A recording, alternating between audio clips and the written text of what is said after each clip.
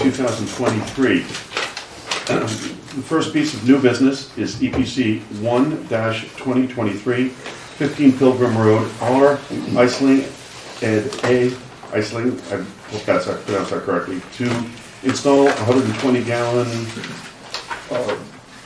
tank, I guess it is, above ground propane tank and pad within close proximity to the wetlands and water courses.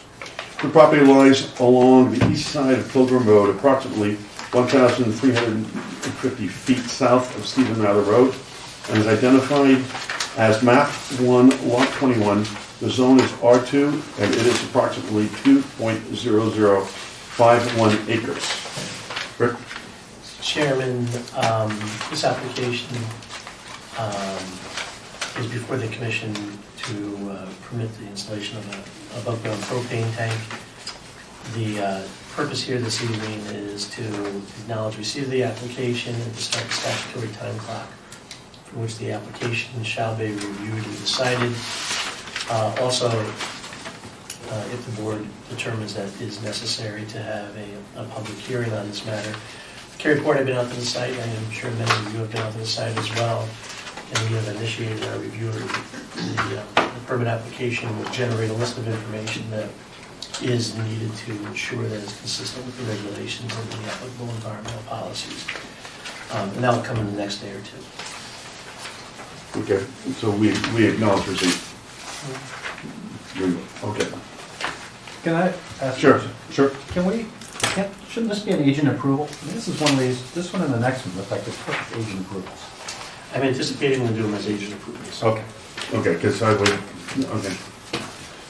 Okay, EPC 2-2023, 64 Acres Drive, A, Teodoro, to maintain 3 125-gallon above-ground propane tanks and pads installed approximate to the wetlands. The property lies along the east side of Andrews Drive, just north of Red Coat Pass, and is identified as map 64, lot number 113.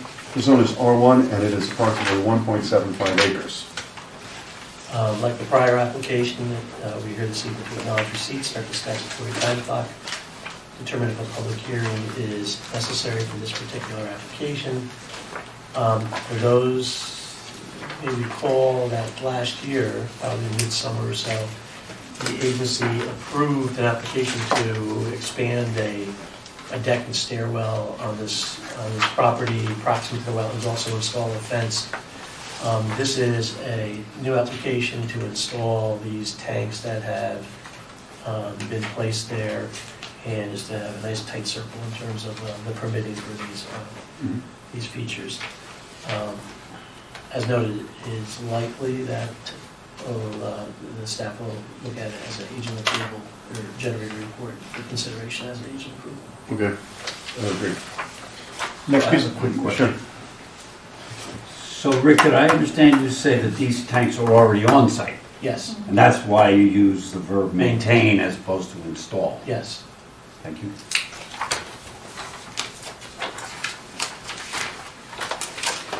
Okay, moving on, EPC 3-2023, 205 Middlesex Road, J. Scalisi, to demolish an existing residence and conduct a new single-family dwelling, drive, drainage, sanitary sewer, and other related features proximate to the wetlands and water courses. The property lies along the north side of Middlesex Road, approximately 200 feet west of Norton Avenue, and is identified as map number 9, lot number 14. Zone is R1/2, and it is approximately 17,423 square feet. Doug, I believe that's yours? Or Rick, you want to go first? Yes, Mr. Chairman, there's this is an application to construct a new single-family dwelling. The dwelling that had been occupied, the property had been demolished. The applicant is proposing to do a new single-family dwelling, drainage, new drive, and all its attendant facilities. Again, we're here this evening acknowledging receipt, start the statutory time clock, determine if a public hearing is necessary based on the requirements of the regulations, and staff has been to the site, as many of you have been as well, and we'll be generating a list of information we think is necessary to move forward with the application. We have made some initial progress on the application in that there has been the drainage has already been reviewed by Joe Curtis, the consultant for the town. He's come back with comments, and I believe that modifications are being made in response to that already. In determining if this is the necessity of a public hearing, I can report that initially some of the abutting property owners had brought it to our attention that there were regulated areas not on this particular property but immediately adjoining the property, and therefore the 50-foot regulatory setback impacts this property, therefore triggering the need for the board's review and approval. As I said, the house has been demolished, there's been some site disturbance, there's been some number of trees that have been taken down already. So we'll leave it at that, and I know Mr. DeVesta is here to see. Hey, Rick, well, I have a question. There was, when I visited the site today, the pond, there's a small pond to the west of the property, I guess it is. Yes. And there would have been a pretty good sized tree that had been there. Okay, and you know, didn't take much to figure out it was closer than 50 feet to what to me is an obvious wetland. I would also suggest that we go back to the aerials, okay, to find out if the back piece of the property looks like it's been filled in. Okay, it looks like it's been filled in because it's just from my amateur looking at the property. But I think if we were to go back to the areas and take a look at it, if Joe could do that, okay, in his drainage report, because if it has been filled in, you know, maybe it was done before EPC rules and regs were regulated by the state, but if it hasn't, it's been filled in since. And so We can take a look at the soils report, and I can see if it reflects the presence of fill or yeah, but you can also go back to the aerials and figure it out. Okay, and were you aware of the tree getting cut down? And was there an issue with the tree? Was it, you know, it couldn't have been leaning over the house because the house has been taken down.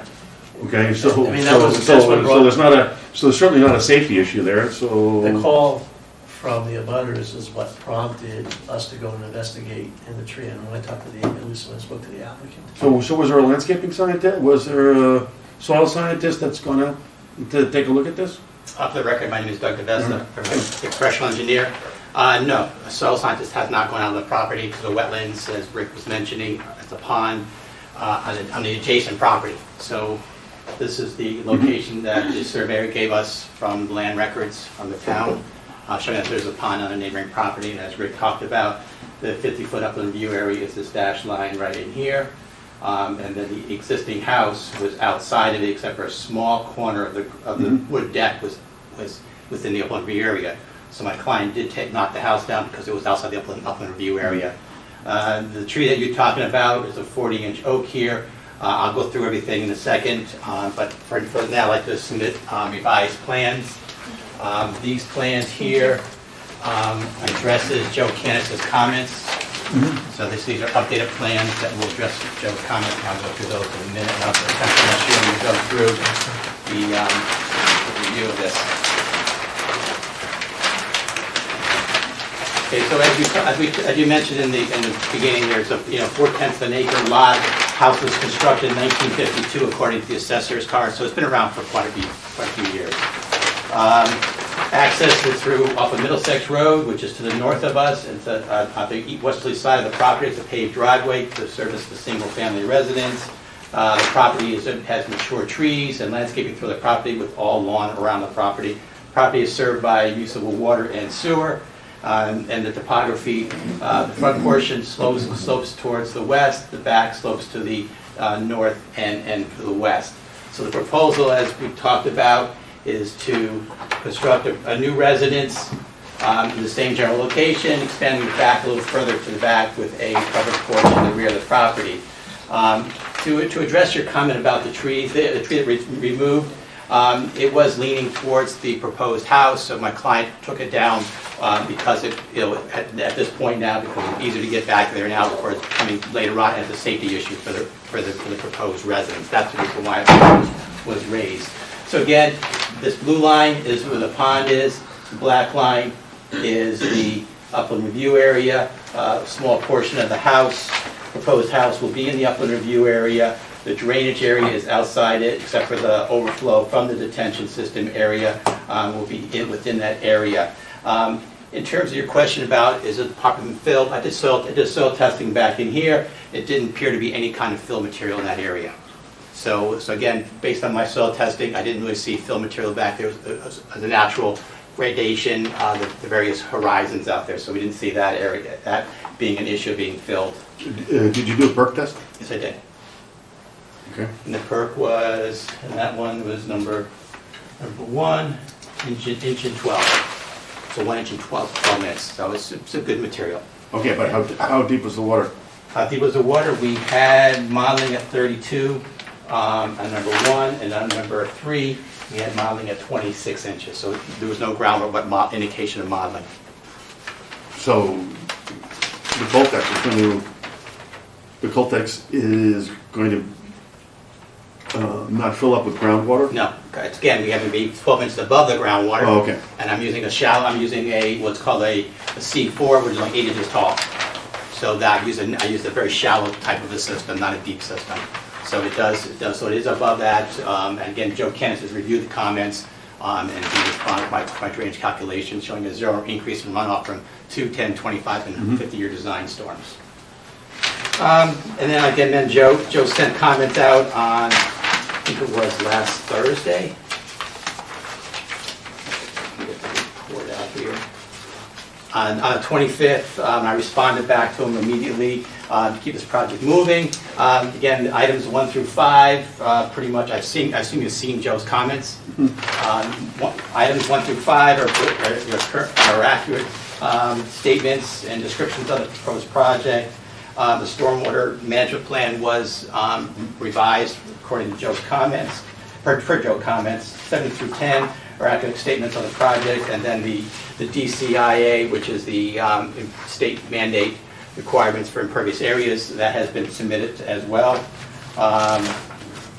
We'll provide an as-built drawing, as number 7 on my plans will be provided, and I will certify that drainage was installed according to my plan. And then Joe had asked about the catch basin. The pipe wasn't quite at 2 feet, so I revised the drainage pipe, which is a part of the plan you have now, showing a 2-foot cover at the catch basin feeding back to the detention area.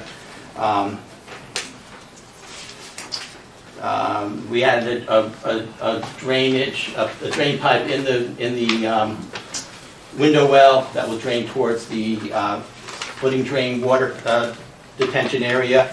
The control outlet for the details on the HydroCAD calculations were revised accordingly.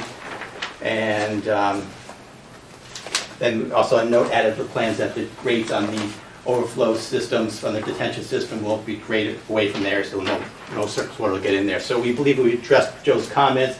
I sent Joe a package directly to him. I haven't heard back from him, so I'm assuming he's okay with everything. So if any questions, I'd be glad to answer them. Michael, anything? I got some procedural questions and then application questions. So I noticed, Doug, that there's a Seymour survey behind this Correct. plan. Can you flip that over a second? And is that the proposed, or that That's was existing. That's the existing. Okay. Well, actually, no, because the house is gone.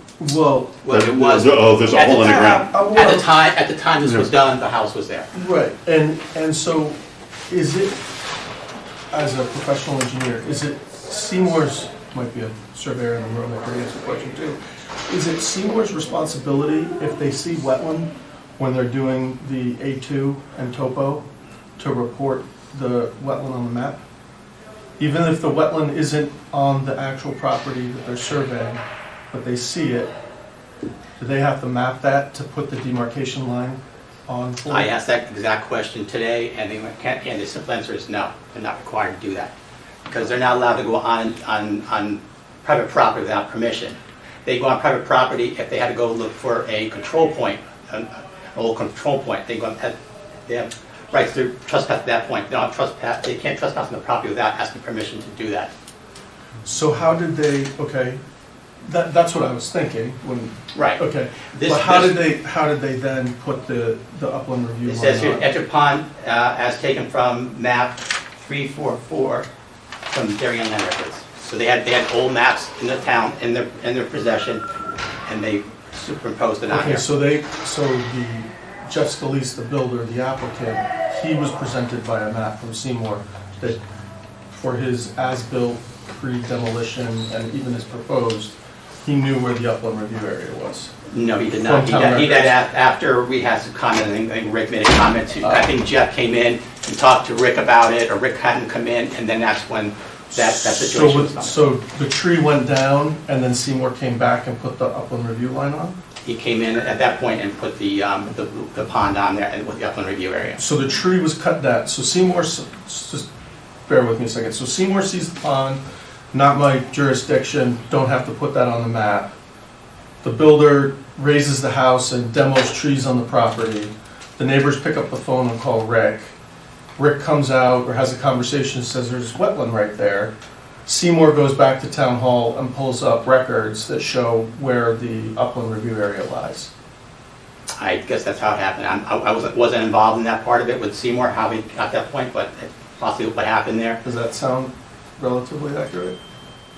It's a great accounting of what the sequence was. Well, but who knows for a fact? Right, Okay. right, Okay. right, All right. But it's probable, but I can't, right.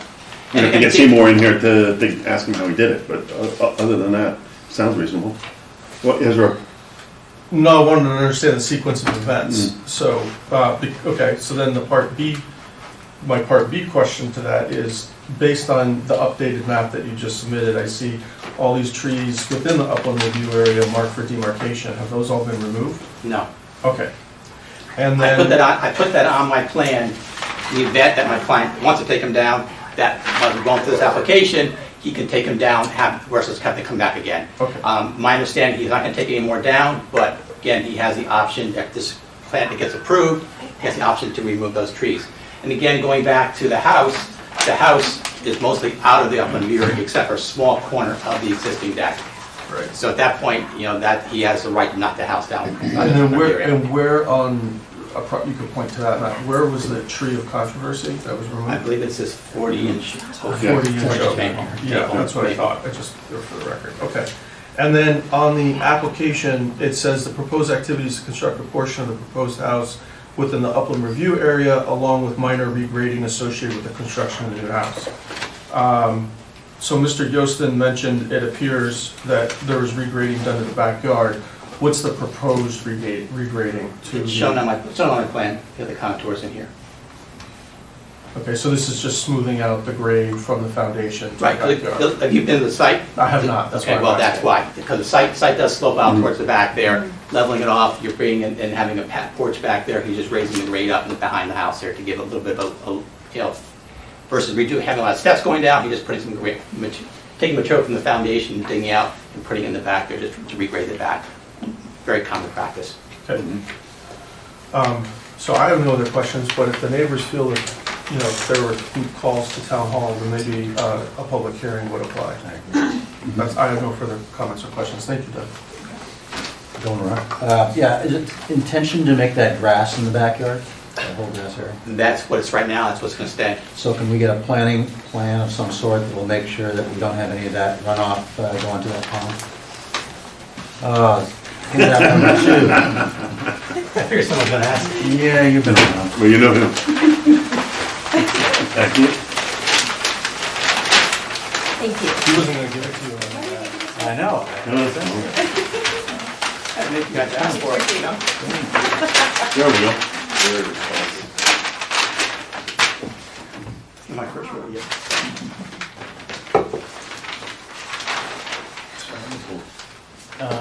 And I'm no expert on planning.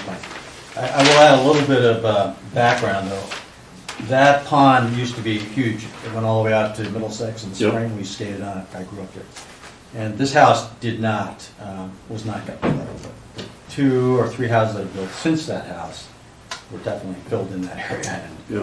if that had been today, they would never have been allowed to do that. So, Mhm. but that house, I believe, was not in that flood area. Well, it was built in 52, he said, Correct, so. correct. Okay, that's all I have. Just in terms of the incursion into the upland review area compared to the old structure, there's a significant increase of incursion into the setback upland review area. Do you have a sense in terms of percentage-wise 2.4% of the house is in the upland view area. compared to the old one? Correct. Well, the upland, yeah, correct, yeah. And then the old one, that was, Just a small That was corner only of a the little deck. corner, Just that right? little small deck of this little piece of the deck right there was in there. The house is totally out of it. and then on The old house. the old house. The old house was totally out except for the small part of the deck, correct. And then the north side of the property, there's silt fencing. If that's not, what's the purpose of the silt fencing? That's not wetland on the north part of the property, but I do see a silt fence up. Right, Joe Canis asked me to apply, to put silt fence along the north and the easterly property lines. Because it does, some of the grades do drain in that direction toward the neighbors, so we asked to put silt fence there. And then I responded to that, yes. Is there a reason the covered porch couldn't shift from the west side of the building to the east side of the building?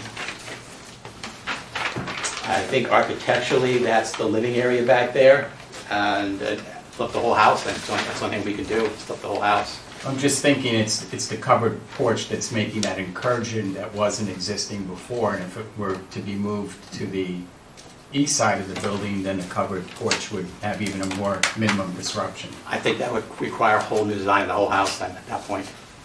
I haven't analyzed the architectural plans, because I looked at the footprint of the house, so I guess that would require a whole new, redesign of the whole house then. And I'm going to also echo, I think that it should be for public hearing. Peter asked the questions that were coming to my mind, so I have nothing further to add. Carolyn? No, I don't have anything. Lauren? Yeah, so I guess just all of the plants identified on the planting plan, are those the ones being added, or are those currently there? Because I was just looking at a picture, and it looks We like added, there's a bunch of we different. added. These are, so all of the plants that you call out are gonna be added to the ones that are Landscape currently designer there? laid them out, and those are the ones we're proposing that we put in the upland view area along the setback line in the small corner, the northwest corner here. Okay, but no trees to replace the at least two that were taken down. I didn't really look at that closely. I believe she did put a couple trees in there. I hadn't looked at that closely. Okay. And I'm not a landscape architect, so. Okay, I'll look at it closer. On the stormwater management plan, do you think it would be possible to identify who is responsible for the different maintenance and be a little more specific with those? So for example, inspect the catch basin, who's responsible for The homeowner will be responsible for that. That's not clear to me. In some of these other ones, it says the contractor is responsible and so on. So I just wanted it to be clear. I mean, I know it's a homeowner, you know it's a homeowner. Right. But just in the plan, could we be a little more specific about that?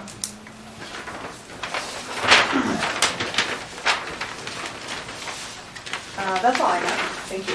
Okay, so, Rick, we acknowledge it. We acknowledge your seat.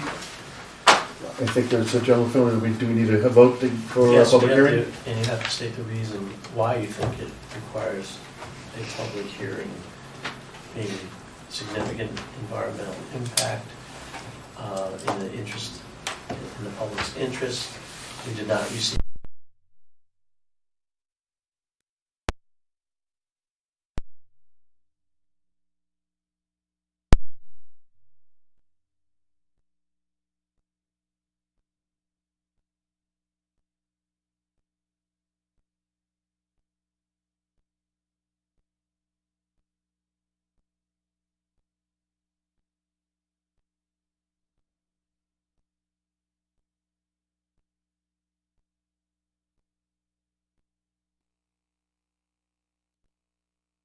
Thank you, see you in When's a it? month. A date and time to be determined. To determine, Yes. are you gonna do it next meeting? You know, tell me if before the next meeting, or when's it gonna come up? Are you gonna have it? I'm going to establish a room and likely do it at the earliest possible.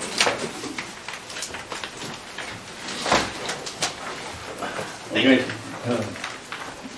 The next piece of business is EPC 4/2023, 3 Canoe Trail, J. Johnson and G. Johnson to construct residential additions, install walls, implement grading, and conduct other related activities in special flood hazard areas and proximate to wetlands and water courses. The property lies along the south side of Canoe Trail, just west of Arrowhead Way. It was identified as map 70, lot 51.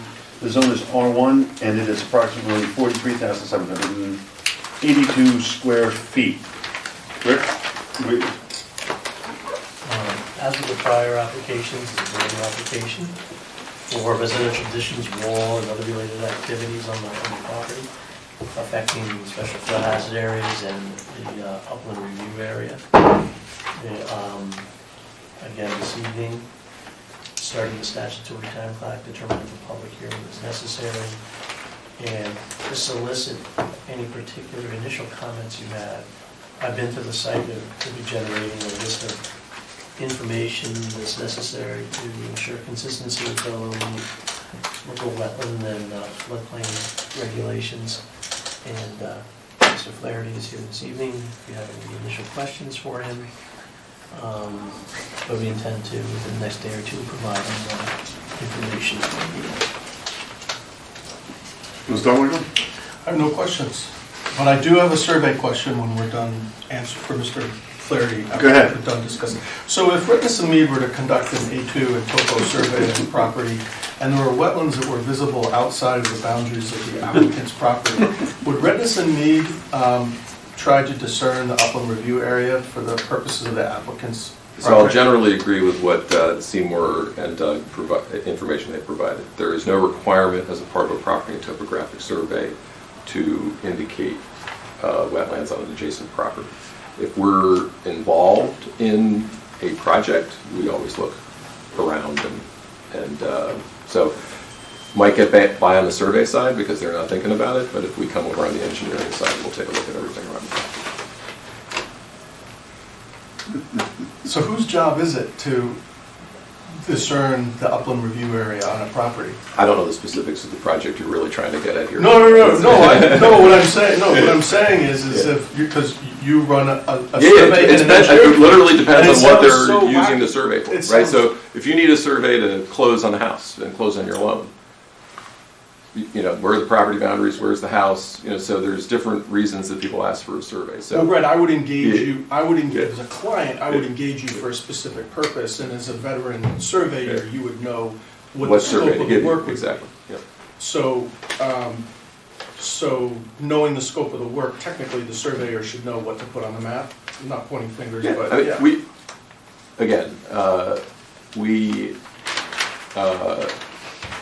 If it's obvious, we probably show something, you know, but many times when we do a survey, we'll say to the property. Okay. Okay. So I'm going to take that a little further. Just say ask and answer. Because you say this property's got a pond right on the other side. And it's like less than Oh. 3 feet, and you didn't know that. I don't know that property. Or this property, or? Yeah, that property. Yeah, okay. Yeah, there's a pond there, and so So, you're doing We exactly also what you said you should. we also didn't do the survey on this. Yeah, but you just said you always look into that, and so you didn't look. Well, direct me to where that pond is. This one right here. Go up onto Yeah. we're on Canoe, right? This is Yeah, Canoe? it's this one right here. If you go up to their It's driveway, it's read the narrative. I think go we to their talked about it. driveway and look just Yeah. 10 feet or less than that, over the right side of their driveway, there's a pond, right? And it's mentioned, I believe, in our narrative and our drainage. Well, you said you're supposed to put it on these. We didn't do the survey.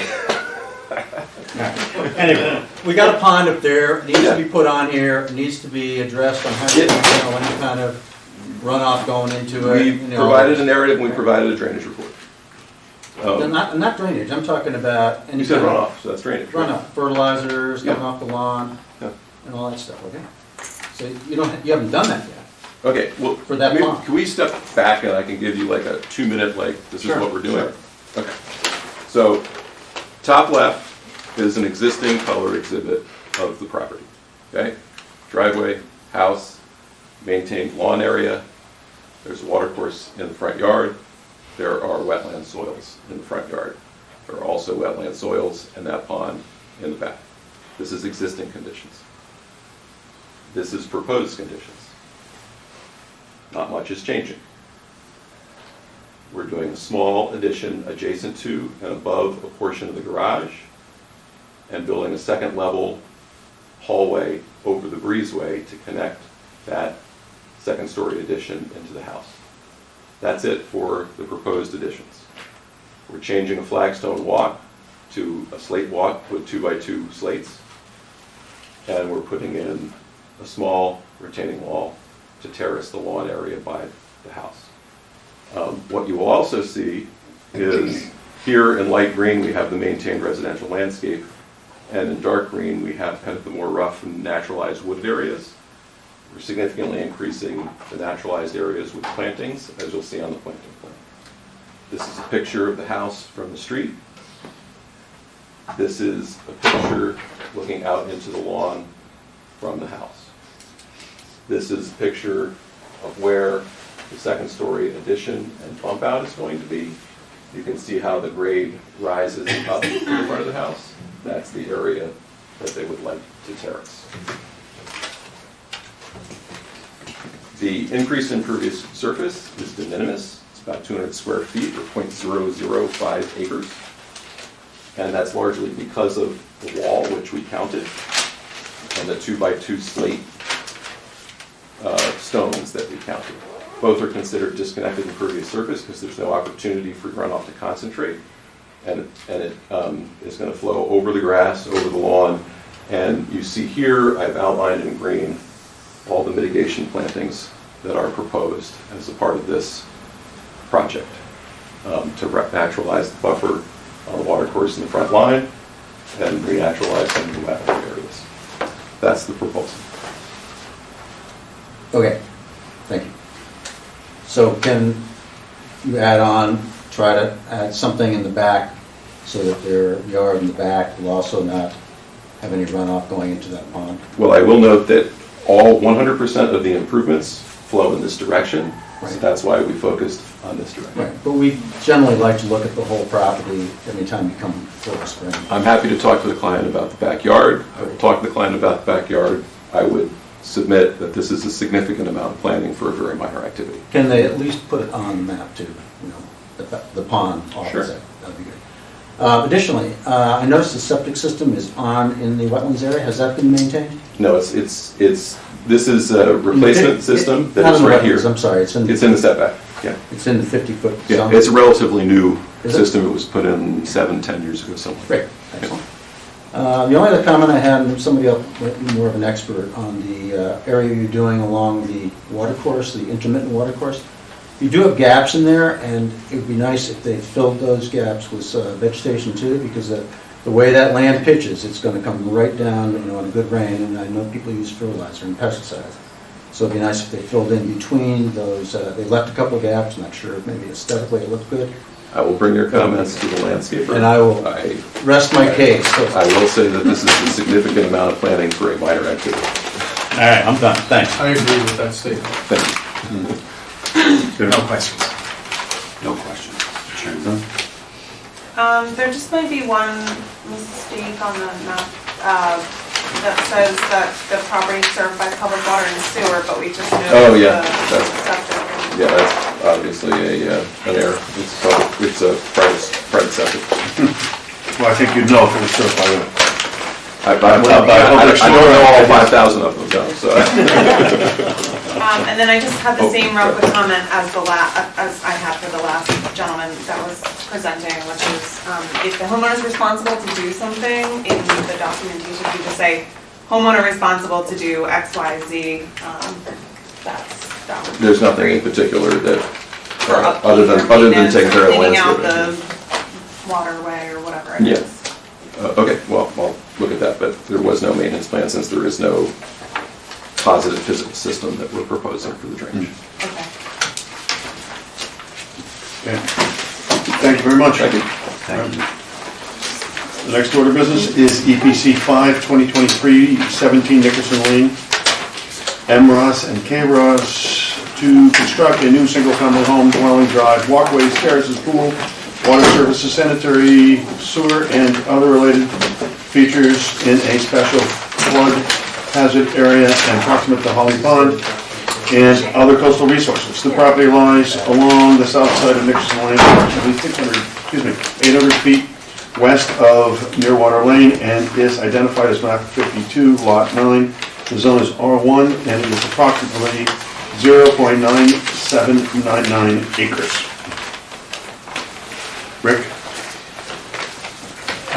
Mr. Chairman, the property is before the commission this evening, since it lies on Holly Pond, which is subject to this commission's jurisdiction per the regulations. The commission regulates within 100 feet of the pond itself. A property that it's fairly resource rich. It has tidal wetlands on the property. It has some unusually treed spaces for that particular area. The applicant's proposing a new single-family dwelling, and all its attendant facilities, including the property is also in part within the special flood hazard area, and the dwelling will, and some of the other facilities will be subject to flooding, and therefore must be designed to comply with flood insurance regulations and the local regulation, which we will be taking a look at as well.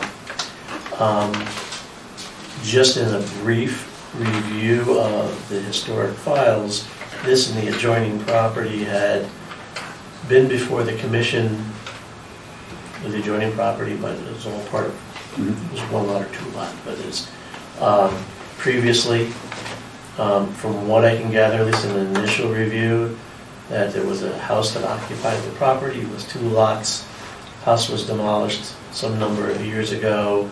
There was some action to establish if it still had remained 1 lot or 2 lots, and that was actually before I believe the Superior Court. Yeah, Appellate Court. And there was a individual EPC application for the new house that's been built on the easternmost property. The staff has been for the site, and other thing I would just notice that there had been a prior EPC action and DEP action involving some removal of some fill material, some sands that had been placed. White sand. White sand and I remember well. I got the phone call. That had been removed, and still some remnant can be seen up in the upland portions of the property, but that had been satisfactorily corrected as well. There's a number of issues that have to be highlighted. The staff has been to the site. We'll be generating a list of information that's necessary to move forward. And I welcome the opportunity, I welcome your input on a number of things, which is, again, we're starting the statutory time clock, but also if it is warranted, in your belief that a public hearing be held on this matter at a time and place determined. And if you have any preliminary comments based on your very your exposure to the plans, or if you've been to the site, assess this time. The applications is represented from Lantec, and I'm available to answer any preliminary questions, but we should establish if a public hearing is warranted on this application as well. All right. You're going to go last. Want Lauren to go first then? So let's just switch it up here. So, You want to have him give him the presentation? Rick, you want to have the presentation first? Okay. Yeah, I'd like to hear what he's got to say. All right. Sure. I know we're in an opening, so I'll give a brief one, and we can go into more depth as we get on. My name is Kurt Lowenstein. I'm a licensed engineer in Connecticut with Lantec. We've been retained by the owner of the property to handle the site development of it and the permitting. So as Rick mentioned, this does sit on Holly Pond, which is tidally influenced. The property is currently vacant, although, as many know, there was a house at some point, but currently there is not a residence on that.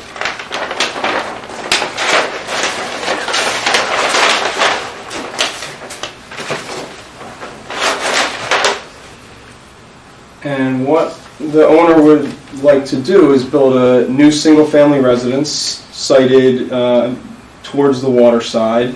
It'll be accessed off of Nickerson. Both public water and sewer are available here. Propane, and they're proposing geothermal wells for the heating of the house. Geothermal is sited here on the side of the garage.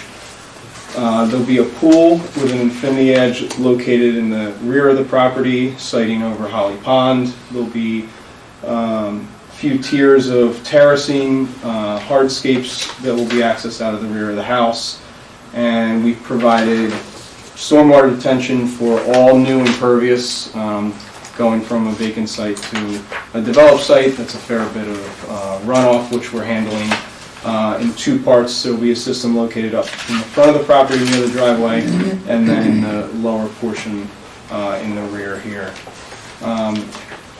That's kind of the gist of it. I won't go into too much detail tonight, but if any questions, I'm happy to answer them while we're here. Okay. Yeah.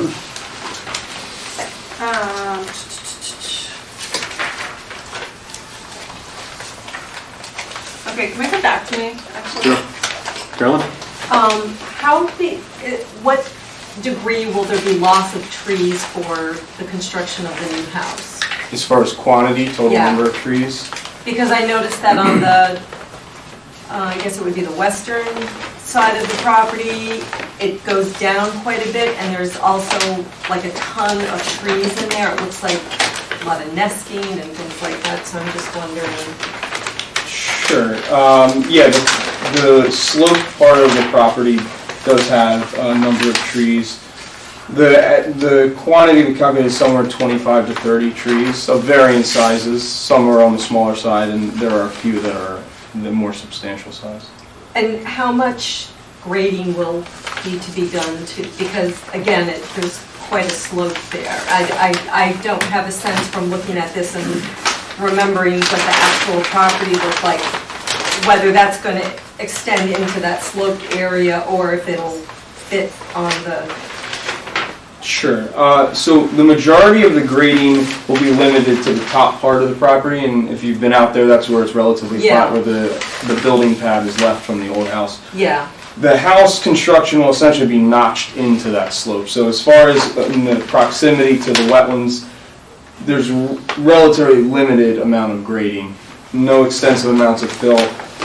There are some small grade changes that are less than 6 inches in this area here.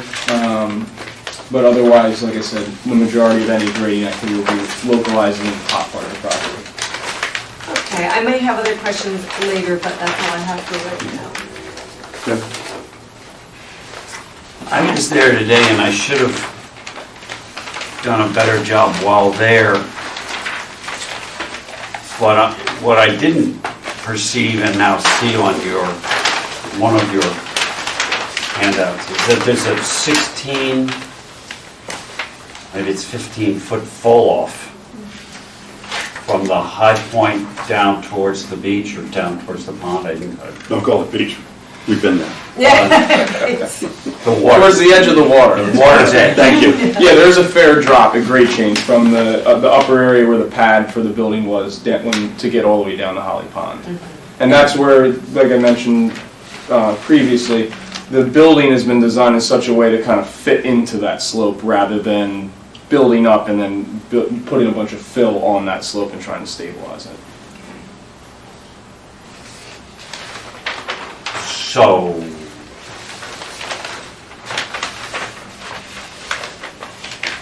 where is the ridge on this thing? So the eastern side of the new proposed home. North is not like it. So the eastern side would be here. So then, maybe it's south of this. We're right there, along that property line. You're gonna, quote, notch this building into the land there? There will be a retaining wall along here. Yes. What I'm speaking Shows. about notching, so it runs from where my finger is towards the end of the house here. This is the rear face of the house, which will be the southwestern face of it, and it runs up to the corner of the property line here. We're cutting this grade down slightly in here, so Okay. it's to hold back the neighboring property here without impacting them. Because if you've been out to the site, you'll notice this is a big knob on the property, so we're bringing this down slightly to make it more in line with the grades on the northeastern portion of the property where we come in on the driveway.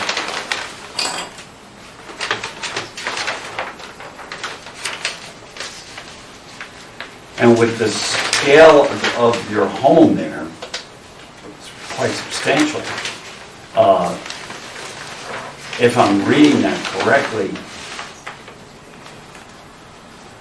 back where you entered the garage with your car, it's 19 feet above sea level. I think I'm reading that right. Yes. Out by the, what must be the western side of the home, out there where your finger is. It's roughly elevation 4. The 4 contour is here. Up against the house, that's where the slope starts to pick up. Our elevation is somewhere in elevation 8 range. So there's even a fair... So there's an 11-foot fall off there.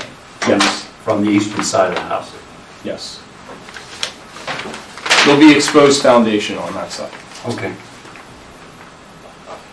All right, thanks for helping to clarify that for me. Basement? No.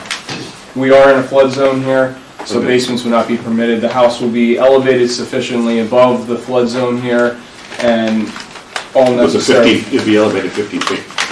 We're actually going above that. The elevation is 17 and a half, Wow. although the flood zone elevation here is 14. Is there no crawl space? So this will be essentially a platform here at elevation. There may be, in the front section, there may be a small crawl space. I'll have to double check the architecturals. You have to excuse me, I don't have it, that portion memorized. But from the design, the architect has done it in such a way that it'll be fully FEMA compliant. Any areas, if there is a crawl space that's enclosed, the required flood venting will be provided, and then the finished floor itself, all mechanical equipment, the lowest horizontal structure, that'll all be sufficiently elevated above the flood zone. Okay, thank you. Good. For the geothermal drilling, how many feet down do you need to go to have an effective geothermal system put in? It varies by area. I don't claim to be an expert in geothermal wells. They can range from 100 feet to, a few hundred feet, similar to drilling a water well for drinkable water. Right now, it's very preliminary. They haven't done any kind of full design or any construction level detail. In a way, they're a placeholder. They'd like to do it, and as we get farther into the design, we'll work out a lot of those details. And then there's a water table analysis I would assume you're going to do before you actually drill down to that level? Yes, but the geothermal wells themselves are sealed, so they would be isolated So it essentially gets from inserted wherever the in. groundwater level would be here. So we wouldn't be having any effect on Holly Pond or any groundwater levels as we moved up the site. And I guess I would just make a comment. I think this application should go to public hearing for public interest and also significant environmental impact. Bill? Yeah, and I agree with that. I'll start off with that because the neighbor came out to me and said, I need to know what's going on here, so. Definitely a good idea that we handle that, everybody's transparent. Can you go out and have that staked, especially, only the area that's in the 50, it should be in the 100 actually. 100. In the 100 100 zone? Yeah. Yes. I mean, because of the gradient everybody's been talking about, I know you can't stake it at a certain height you're gonna be, but at least give us an idea how close it is to the wetland area down there and to the impact coastal jurisdiction line. Because there's a very close section there. I don't know if you know how many feet it is. The closest we are to the tidal wetland line would be this corner of the building. Yeah. This would be the northwest How corner, many feet is that? plus or minus 10 feet, Yeah. somewhere maybe 10 or 12 feet. That's what we're at the talking closest. about. So you're looking for staking out there, just Yeah. a couple of. Yeah, it's corners? visual, we need to Sure. see the visual. And Just- 10 feet is, dang Sure. close, so Mhm. something we need to know. Could be nice. The other item I have in particular, we're talking about trees, and there's one tree in particular that I really think it's on the list of staying there. If you go down the point, there's a hickory, and it's very close to where the cul-de-sac is. This one here. Yep. And the problem we're all running into on Holly Pond is from out on the water, it looks like condominiums everywhere. Every place we can keep a tree to block some of this hugeness is very important.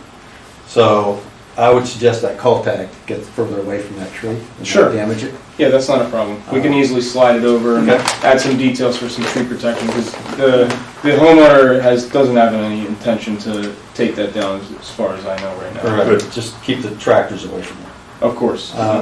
And also, if you could give us a planning plan, landscaping plan on how you're gonna do some of this. Again, we're big on fertilizers not getting into Holly Pond, so we need some kind of break all along that shoreline to prevent that from happening, pesticides. And also, that pool, if it's gonna be up grade level with the rest of the house, it is gonna be a monstrous piece of concrete. And hopefully have something that'll knock that out, so we don't have to see that from the, out on the pond as well. Is that gonna be a grade level with the house, the pool? The pool will be a number of feet lower than the house. Okay, The all right. house is at 17 and a half. Okay, I'm The sorry. pool coping is You're right. 14 and a half. I didn't read that, so you're right, that may not be as critical. So that's it. Thanks. Michael? I had to write this down and I forget. So apologies for being repetitive here, but I think I would like to see on site a stakeout of the proposed foundation, outside corners, in let's say 10 to 15 foot increments. I don't want to just see like 2 stakes outside the 100 foot within the upland review area. I'd like to really identify what the shape of those walls or that exterior walls are going to be on the site. I'd like to see a landscaping plan and a wetland mitigation plan. I'd like to read a summary or the report from the wetland scientist or soil scientist, some type of summary of the area, because I think is that something they have to do anyways, the applicant? I provided a soil report from our wetland biologist to Rick this evening. It was uploaded, apologies, didn't make it into the original submission, so it may not be in your packet. I didn't see the package, which is what I was asking. Thank you. I look forward to reading that.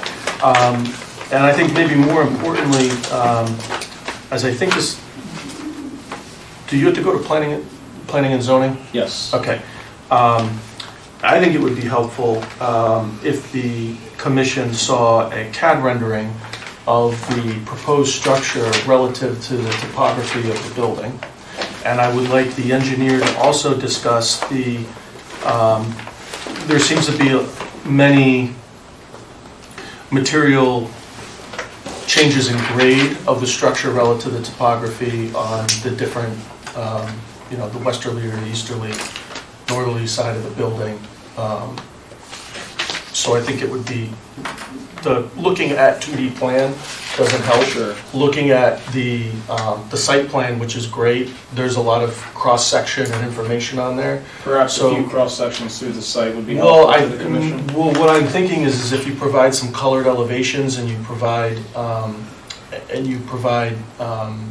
some elevation prints or plan prints that just identify topography relative to the structure and speak to the change in what is there currently, which is what is proposed. So order of magnitude, how much higher the building is, where are these material differences, speaking to pervious structure or impervious surfaces, What's the percentage of all the patio area? How large is the pool? What's the percent? Speak to that. Also, speak to any accessory mechanicals that the building's going to have. Are there going to be generators? Are there going to be propane tanks?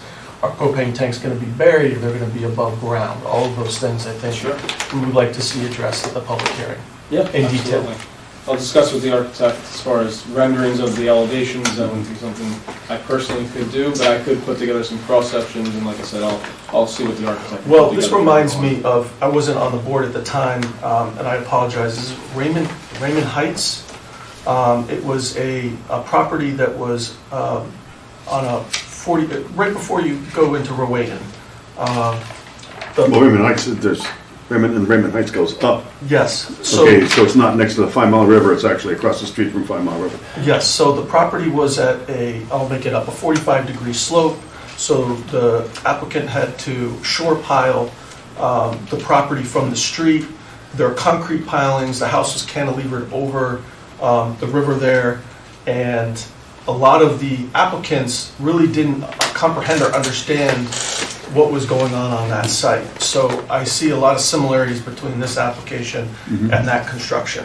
So, you know, if you've got the lot like this, and you're gonna build a house that goes like this, you know, we wanna see what that pie wedge looks like built into the slope based on height, from an illustrative standpoint and like a big picture standpoint. Sure. Okay, Mike? That's all. Go back to you, Carolyn? I'm good. You good? All my other questions were answered. Okay. I got one more, sorry. Of course. On your plan, I'm curious, way down near the point, it's called restricted area. What is that? Referred to volume, blah, blah, blah, blah. Yes, that also you'll see included in your next packet. I dropped off a hard copy of that today. So this is basically a sightline easement that's in here that encumbers this property. Limits any type of new structures, new plantings 6 feet and greater. So activity can happen in there as far as installing drainage. We do encroach into it slightly with our pool here, but we're not above that 6-foot elevation difference from the grade as it stands. So that was given from the other property, the other Ross property, I guess? Yes. Subdivided? It sounds, from what I can gather, I So don't just- have all the history, when this was maybe one property or two, this was placed on it to protect this homeowner from this land being developed at some point. It was, I'm not gonna get. Yeah, yeah. Okay, and, No, there was history here, yeah. Okay, great, thanks. okay, so there was mention of a public hearing, this being a new building. I know there's 2 people here. What's the feeling from this side of the room? I think so. You think, Yeah. okay.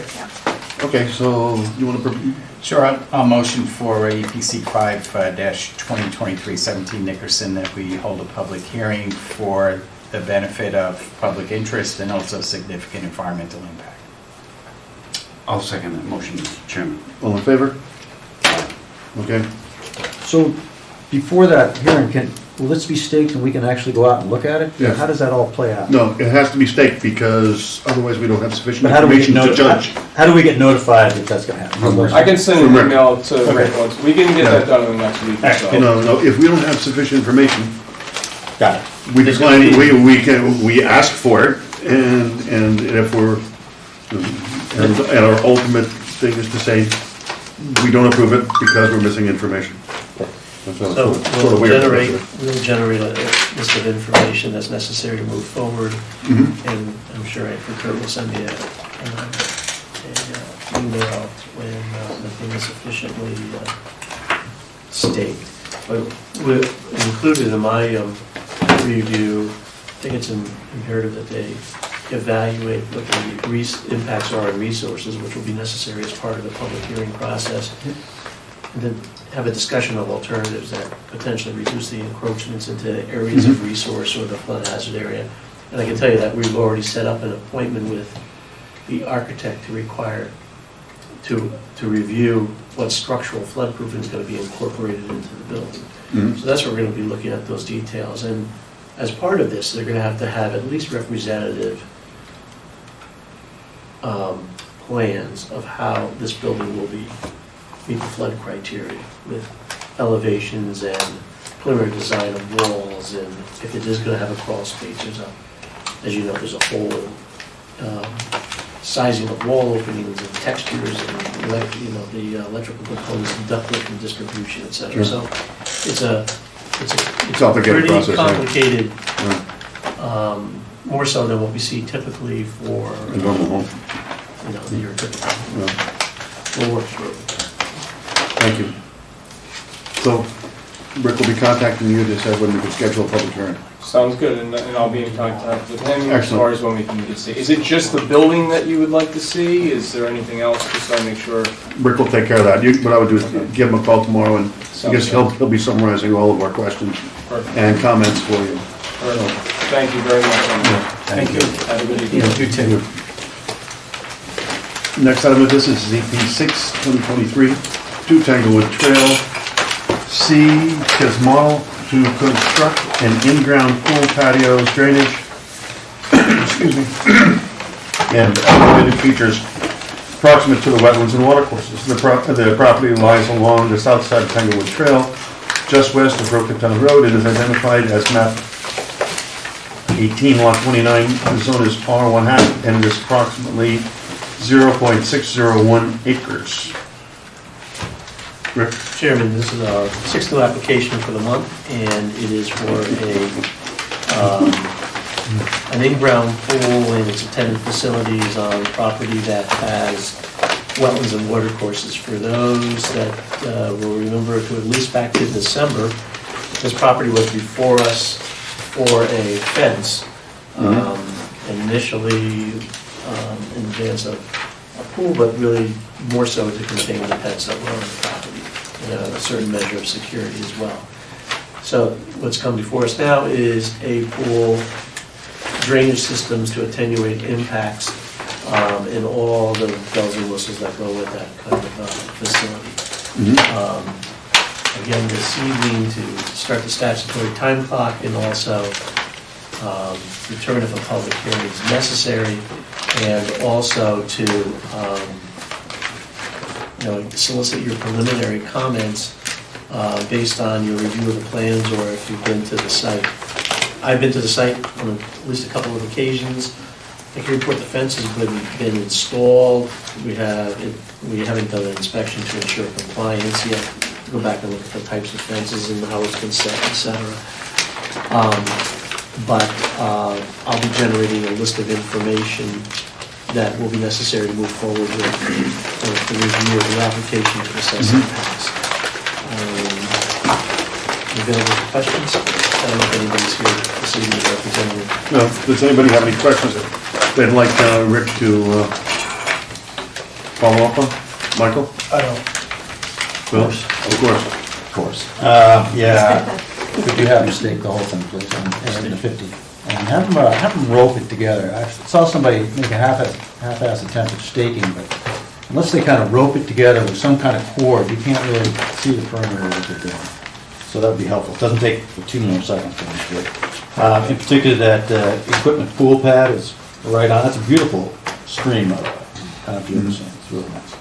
And so they've got a pool equipment pad really close over there too, so it'd be nice if they did that whole piece. So that would help me understand a little better if they did that. That's all I got, thanks.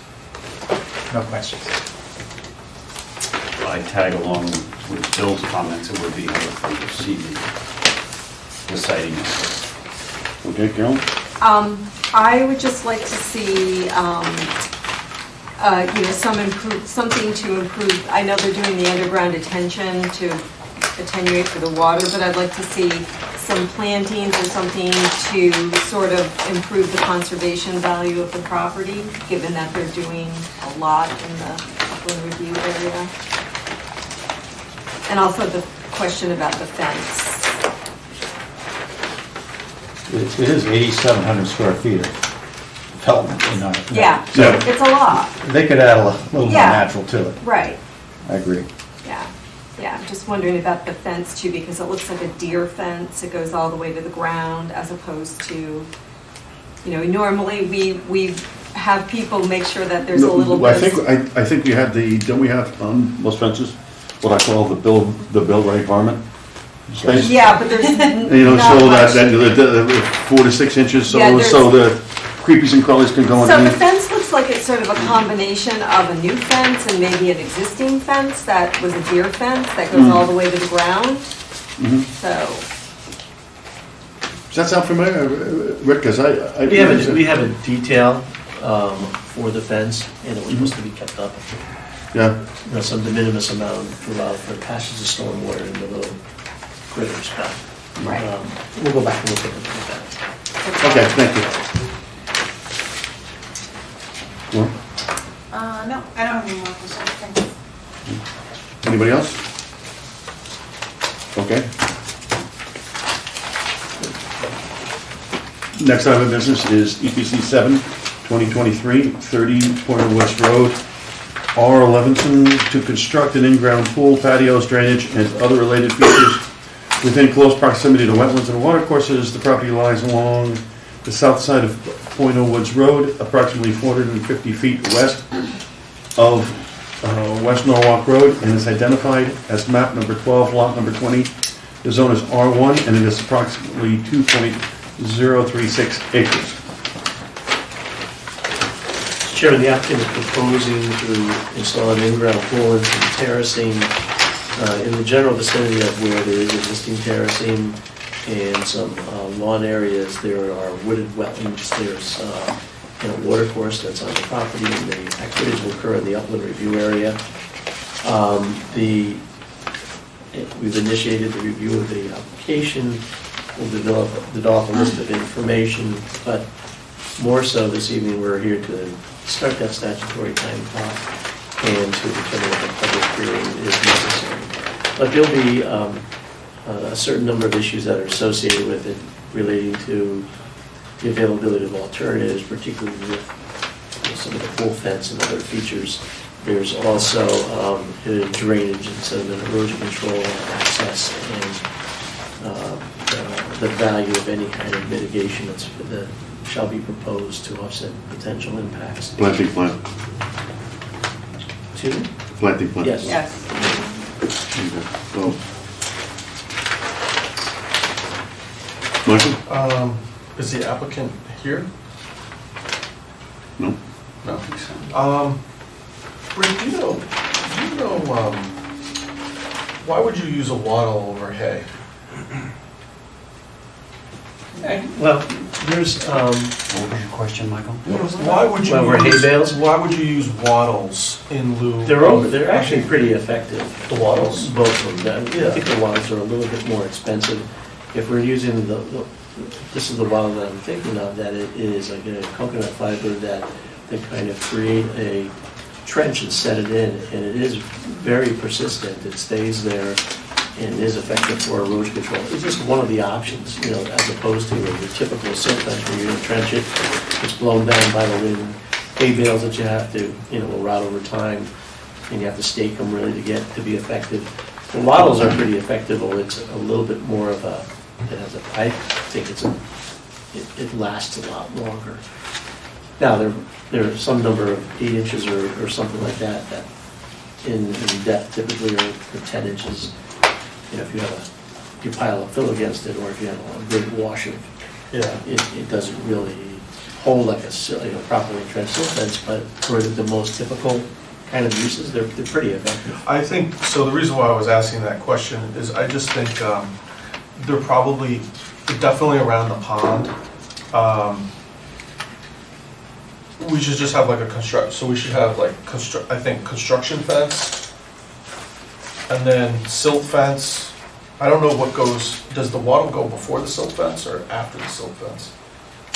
I mean, I haven't seen Just them something, use- construction fence, silt fence, hay Maybe you could bale, put, like, just, we'll put the construction fence in the bottle in front of it. yeah, just some, I'm agnostic whether it's hay bales or wattles or something, but just like, as we're doing work around here, this pond and wetland area, I think should really have some belt and suspender protection.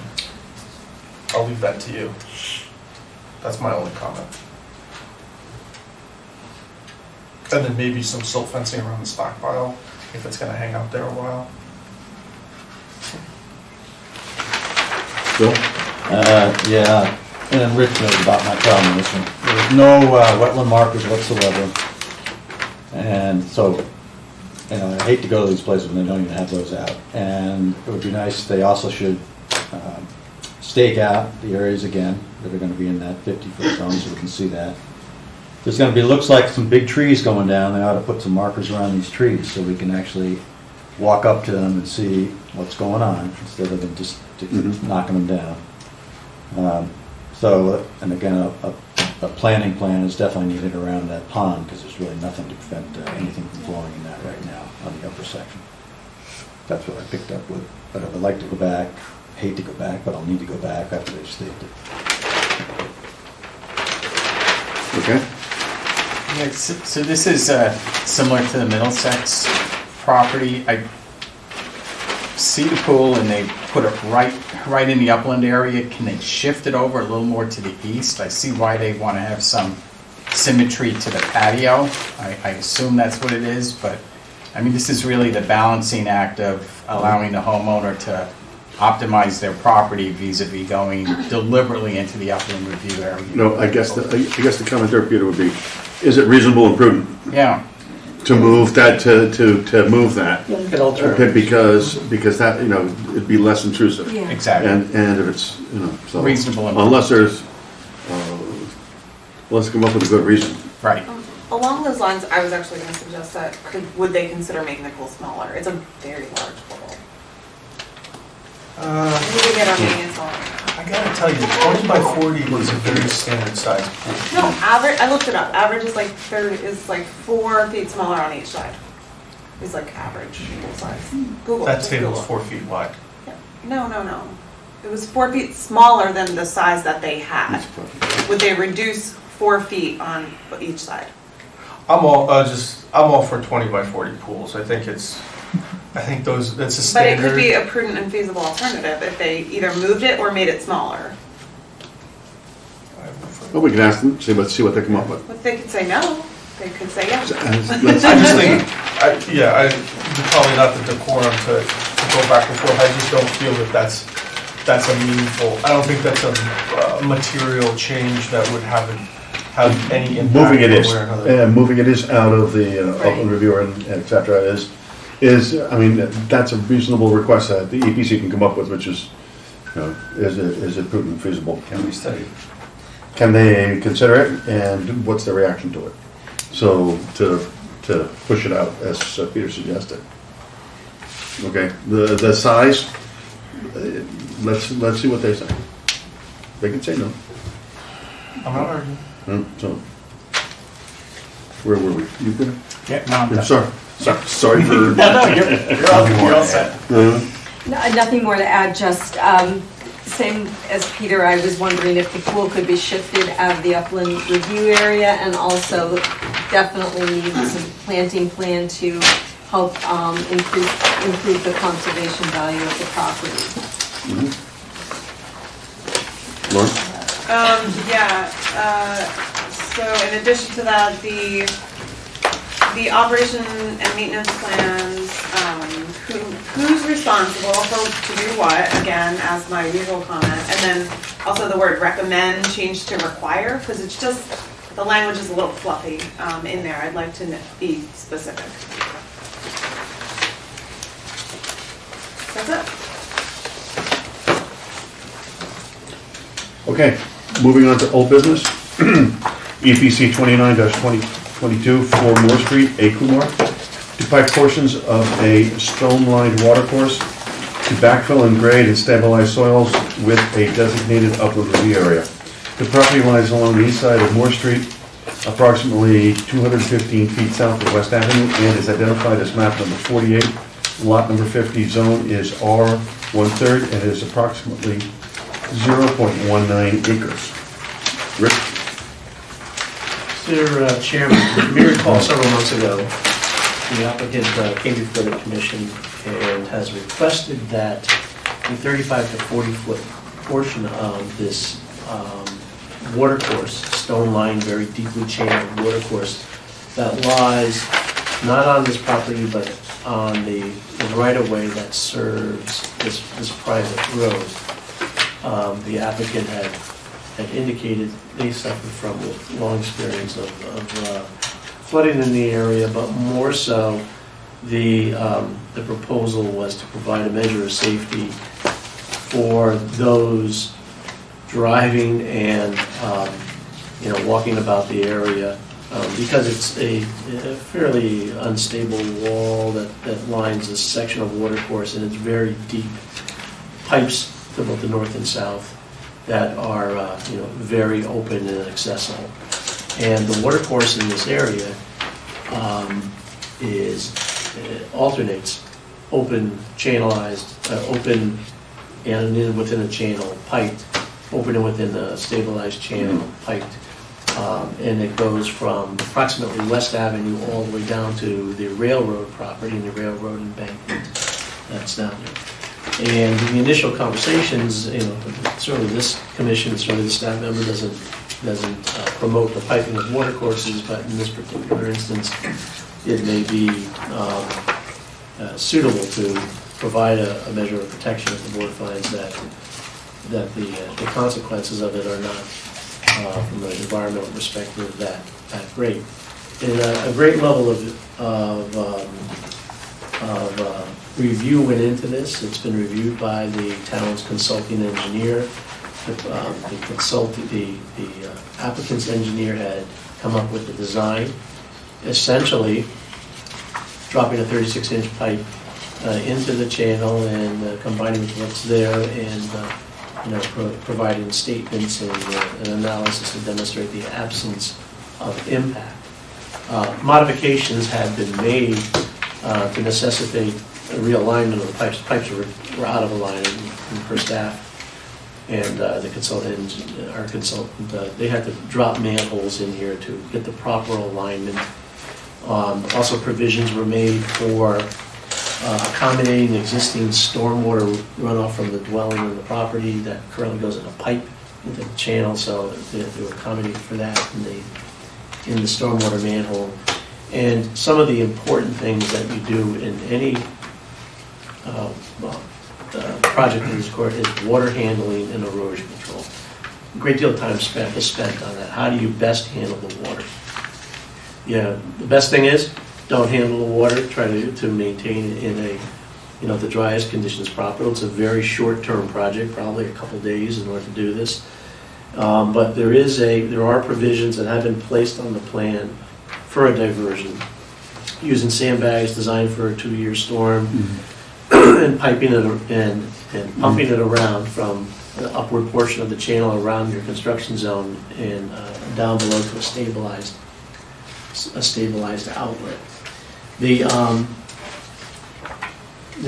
project engineer has provided this site development plan, and with that, about 1,600 square feet of the upland review area will be affected. One tree that's on this property that is very close to this channel will probably be lost, and they have provisions for taking it down. It's going to interfere with the placement of the manholes. There's little or no grade change. Of course, it's filling the channel, but the resultant property will be returned to grade and stabilized, backfilled, stabilized, and graded. The project engineer has confirmed the absence of impact. But it's confirmed by our consulting engineer, but it also should be noted that by piping this, there's most likely it's not going to result in a diminishment of the flooding that occurs in the overall region or the overall street. Again, we talked about the water quality and water handling plan. And I know that Mr. DeVanzo is here this evening representing the applicant and is available to answer any additional questions. But if properly constructed, it should result in elimination of the issues, the safety issues that are there. Will not exacerbate flooding. It will not, and if done properly, we can do it with confining the activities to the driest time possible, and utilizing this water handling plan with along with erosion controls. Okay. Want to go have questions? Mr. DeVanzo, you have anything to add? No, but Rick stole my thunder, I believe. It's like he read my notes. The only thing I would add is maybe that the proposed pipe is of greater capacity than the upstream pipe, so it's not going to create any bottlenecking and, won't affect the flow of the water source. Okay, it won't become a bottleneck, that's great. Okay. No questions, thanks, Wayne. So my personal opinion is, I think this is an important project for Mr. Kumar and also for neighbors and the community, actually. I do have a question, though, and that revolves around, and maybe Rick might know this, but it revolves around the approval process. This is a street that this right-of-way is owned by an unincorporated association, or is there a formal HOA, and was there a resolution of the HOA, or a consensus of the neighbors, or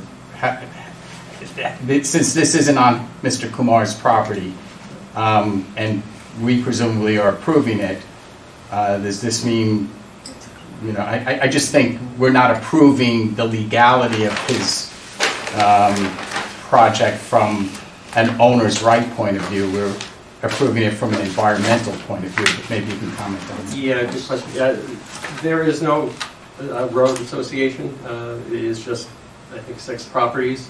They have all been surveyed by Mr. Kumar and are in agreement and in favor and support the project. But there is Do we have that in writing? Yes. Yeah. Okay, I think that, since we don't have an association. Yeah, right. Okay, thank you. Good. My only comment is, I think it's now February. I think we've been discussing 4 more streets since last November. This is a safety project. It might have even been October. To me, it's time. I'm very much in favor of Mr. Kumar's project. Let's get it done now. Carol? I agree. I think it's a safety issue too. And that was a good question, Peter. I hadn't even considered that, but you're right, because it's not on his property technically. I hadn't thought about that. But yeah, no, I think I would like to see the project completed. I think it would enhance the safety of the neighborhood. Laura? Okay. So we'll draft a resolution. Draft a resolution for next one. So we're going to add another one. A couple weeks, 2 weeks. March 1st, right?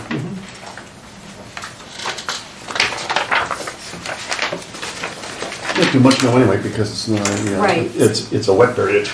So It's gonna be done you would this want to summer. typically have a drier period Right. to do that. Okay. Okay. The next item of business is EPC number 31, 2022. 1 Tanglewood Trail, J. Hurley Jr. and J. Amos, to demolish an existing garage, construct residential additions, construct a drive, install drainage, and implement other related activities proximate to wetlands and water courses. The property lies along the north side of Tanglewood Trail, just west of Oaktown Road. It's identified as map number 18, lot number 38. The zone is R1/2, and it is approximately 26,266 square feet. If the members recall that last month's meeting, there was a detailed presentation that was given to it, and within that presentation, the major issues identified both staff and by the commission members had been addressed, and they ranged from erosion control to positive drainage, no drainage impacts. This was a residential addition, reconstituting their driveway to have more positive drainage, relocating utilities within the structure when this owner had experienced flooding.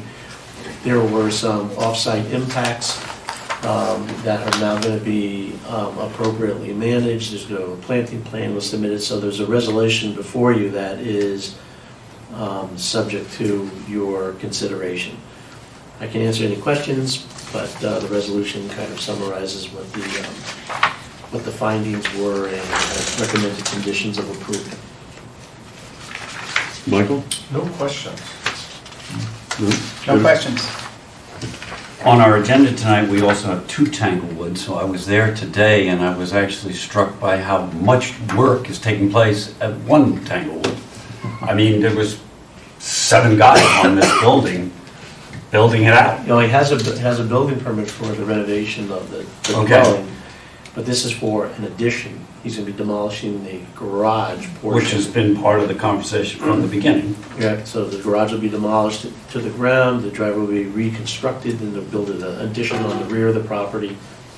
And as part of that will be some de minimis regrading, but this is all on the left-hand side of the property. They're working on the development proper. And they have a building permit, but the work to do. Okay, thank you. No, I just think that this improves the property in the sense that now there's no buffer, you know, in that water course on the, I guess, the western side. And this provides for, I think, the establishment of some boulders and some plantings to filter runoff. And also the same in the back. I think we had asked that there was, you know, cleanup of certain things there. So I think that this is gonna, you know, net is gonna improve the property. Thank you. Laura? Mark? Okay. You want to draft something up for next time? We have. That's the Yeah, we have this is it. We have it here? Yeah. Oh, jeez. Oh, yeah. Okay, sorry. Okay.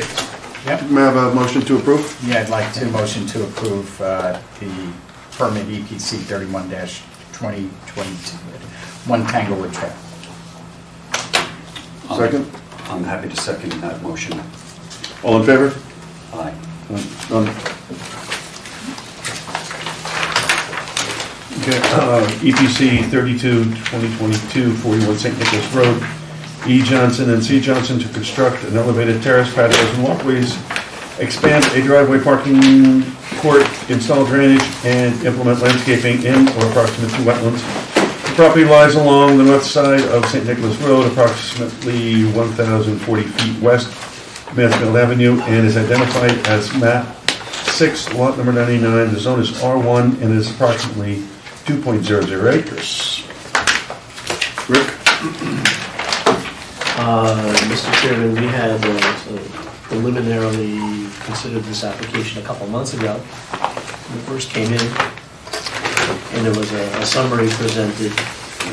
Just for those who are not here, the applicant proposes to do a terrace, create an enhanced terrace, and at the rear, along the rear plane of the building, and is doing driveway improvements and drainage and other activities that affect the upland review area on the parcel. With the application of this sort, the applicants are generally required to demonstrate the impacts of the regulated areas and other notable resources. And if you were out to the site really does have some notable resources, particularly in the trees that occupy the site. In fact, there's a tree that's probably close to 60 inches in diameter. It's in the front of the parcel.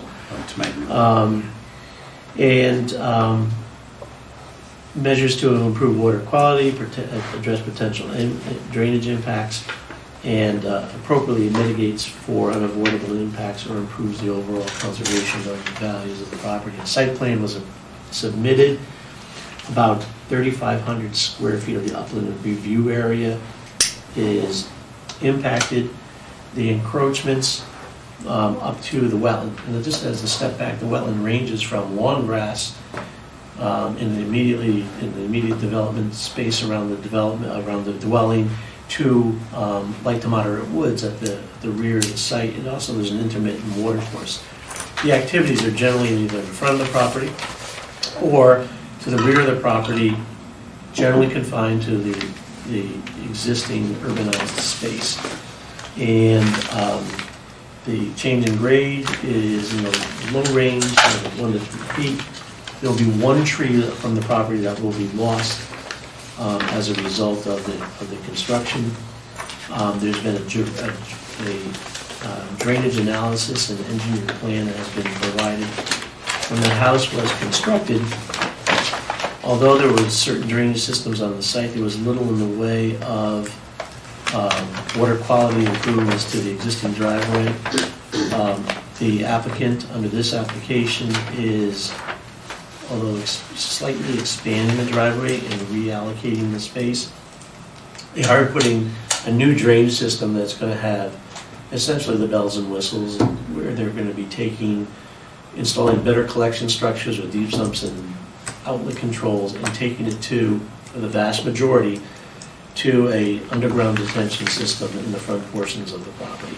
So where there's really no water quality for the areas where you park your cars and you drive your cars, the vast majority of the site drains from the street back to the wetland in the rear. The applicant has been able, the project engineer has been able to demonstrate through the engineering analysis, which has been approved by the town's consultant, President endorsed by the town consultant, that there will be no adverse impacts on drainage or the adjoining properties as a result of the project, and that's for the storms 2 through 50 years. Water quality, or the typical things that you would expect, the sediment erosion control plan, they're utilizing propane gas. The collection structures are fit with deep sumps, and other controls are utilizing infiltration. And other, fairly typical things that they've required. They have included, double up with silt fence in critical areas and concerned areas. What is kind of unique to the project is that there's been a very good arborist report that we thought was important because of the trees on the property. So the arborist has actually it's a very good report where they've gone from the construction practice to the types of materials that they're using, to the post-construction health of the trees in the immediate vicinity of the project. So, typical construction practices, fence along drip lines, protecting trunks, careful cutting of roots in areas that are fairly close to the construction envelope. Selecting the materials, and we've gone through and actually selected materials that promote infiltration, so we don't have a slab of concrete around the trees themselves. And then post-construction, they talked about things about like aeration and deep root fertilization, etc. There's been a plan of mitigation proposed as well because of the encroachments and the great deal of manicured lawn that's on the property. The plan calls for the transformation of about 3,400 square feet of lawn to naturalized space. And there's a pretty extensive planting plan, although diminished somewhat from what was previously submitted for consideration, but it still is an extensive plan that's going to enhance the edge, that division between the manicured space and the more natural spaces. Probably one thing that the commission members will want to address, and probably the only thing, is to make sure a couple things, is that the plans are consistent in how they portray on the civil drawings and on the landscape design drawings of the trees to be lost or maintained. It's make it clear when somebody picks up a plan, and maybe some consideration to that in the wetland itself, there is some debris that has to be picked up, and that's been there historically, but there is also quite an abundance of euonymus that's in the back, some invasive, that if the commission see fit, that to ask the applicant or to consider doing something, managing some, say managing all, removing some, try to outcompete it with some de minimis planting or whatever. But it is a good opportunity, I think, to kind of transform something as with these non-native invasives with something that's a little bit more suitable for the wetland environment. But the applicant is here, and if you have any questions, and we can move forward from there. Do you have anything to add to, Thanks, Rick. Rick is pretty thorough as far as describing the project, so it's kind of addressed most of the items that I've had on my notes. Just a couple of things that I would point out is that we will make sure that the tree removals, it's really one large tree that would be removed, that shows up on both, which is shown on our plan, but we'll make sure that it is on the McCord engineering plans. And to the point of, we have on the site preparation plan, we have a note about removing, there's some debris back, kind of old lumber and various kind of non-natural materials that are kind of back there. We have a note about cleaning that up. We're also adjusting a shed that passes over the wetland line, and we're adjusting it to be out of the wetlands.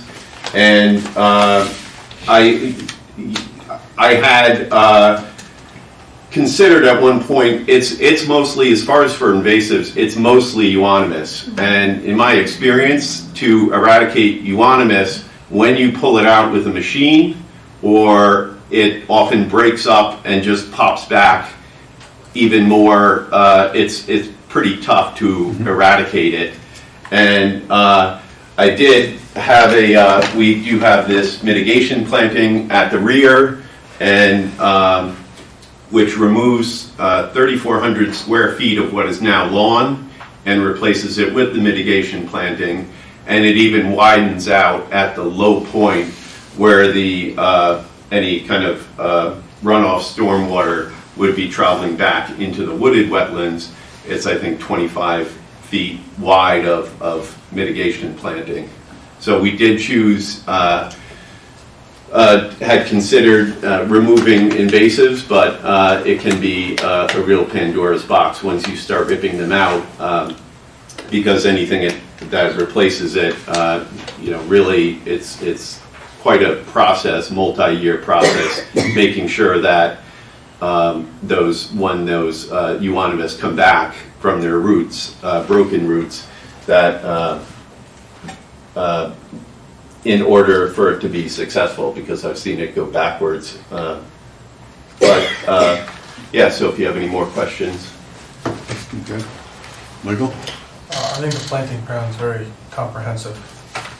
And Rick, just as a matter of, so were you saying you wanted to make sure that the planting plan was the same as on the site plan? No, this is the tree removals, just as shown on both. Because you would always pretty much just look at the planting plan from the landscape architect for plantings, right? Never take anything for granted. It's Okay, just well, wanna show. we know from surveyors, missing wetlands. Okay, yeah, gotcha. No, that's all I have, thank you.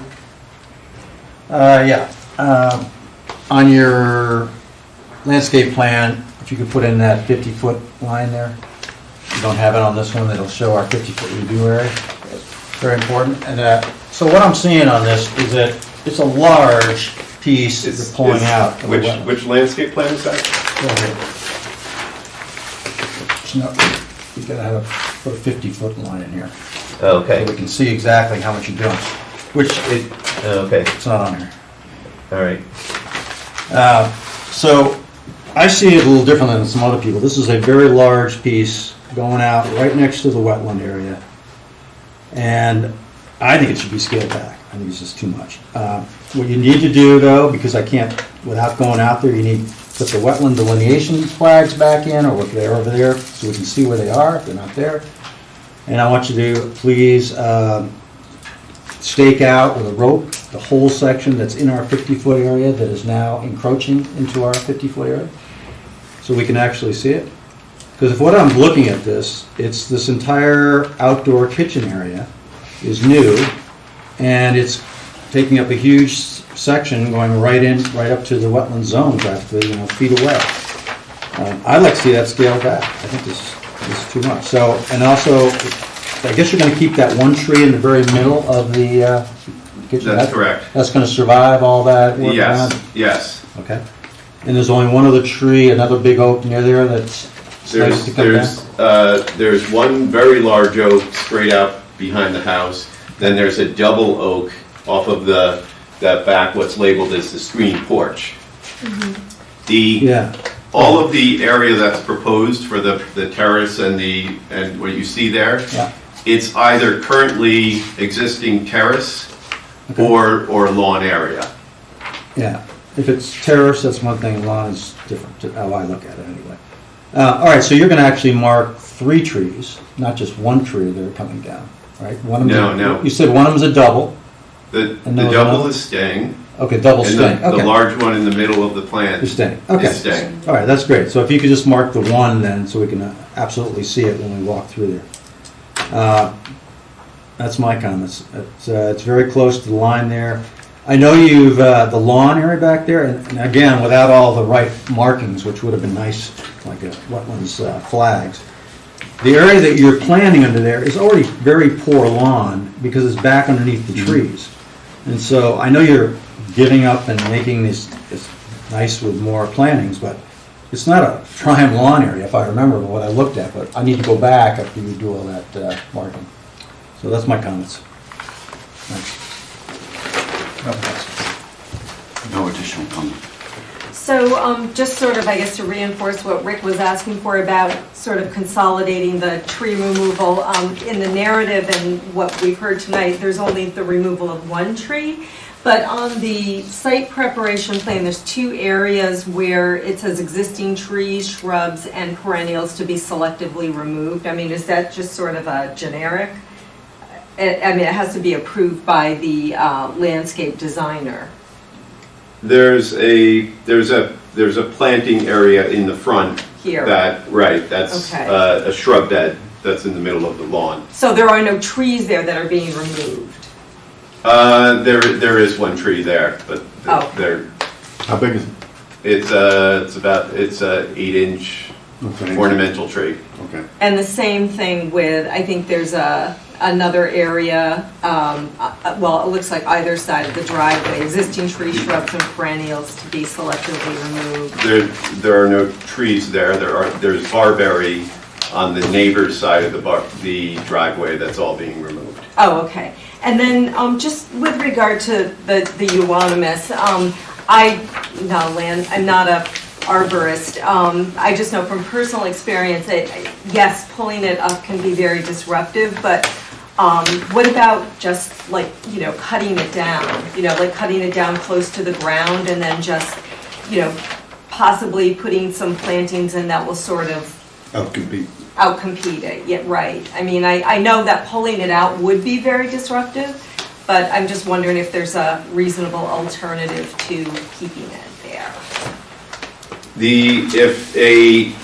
If a euonymus is cut at the base, it still has the same vigorous, large root system, and that plant takes what's stored in the roots and tries to regrow more with quite a bit of vigor, because it thinks it's time to try to survive. So it'll push up and it'll actually push back quite vigorously. And there are cases, and there are certain types where if you cut them all down, it would really actually strengthen the stand, because they're growing in an understory area, so they're shaded. Right. So they're sort of thin. They don't look like burning bush that you might see in the center of a yard. That's a full thick shrub. Yeah, there's nothing on them right now because it's Well, February. even if you were to go there, because they're an understory plant, they're in below the existing shade trees. They're somewhat thin, but in my experience, I've been a landscape architect, but my undergrad was in horticulture, and euonymus is a very difficult plant to eradicate because of that. Okay. It's similar to the same issues that we have with Japanese knotweed, where it's like if you can go in there and you think you've got it all removed, but it'll come back and just as strong. Yeah, okay. I mean, I just, we always try to, improving things, we always try to get rid of some of the invasives and, reclaim lawn and, that's Right, to improve the right. conservation value of the property. So, just thought I would mention that. That's all I have. Or nothing? Okay, Rick, where do you want to go from here to, that he stakes out the property? I think that's the commission's determination. If they think that there is enough here to move forward, then you can direct me to craft a resolution. If you think that there warrants that some additional information or some stakeout is necessary, then, we'll just defer it until some subsequent time. Ron, Um, what's your feeling? Do you have enough information to decide this, or would you prefer to get it staked out for Bill Wright? I don't know, it doesn't matter to me, I don't really feel strongly one way or another. Carolyn? I don't feel I need a stakeout. I mean, I agree, it's totally helpful, but I don't think it's necessary for this case. I would urge us to ask Rick to prepare a conditional approval. One of the conditions is staking it to help many of us visualize where encroachments are, but let's proceed with the application. Because we're talking of another 4 weeks, which I imagine the homeowner and his That's just to get going. advisors could stake it so Bill and others can go out and see exactly what he wants to see, and we can then address conditional approval a month from now. I'm going to pick up a little bit on Bill Wright's comment in terms of demarking on the maps for me, to make it a little more clear. The maps are very well done. It's not a critique, or maybe you can point out the line that I'm missing in terms of where our jurisdiction is.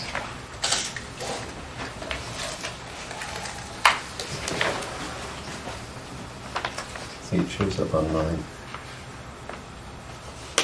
So this line here. Okay, that's like the faintest of all the Right, lines. right.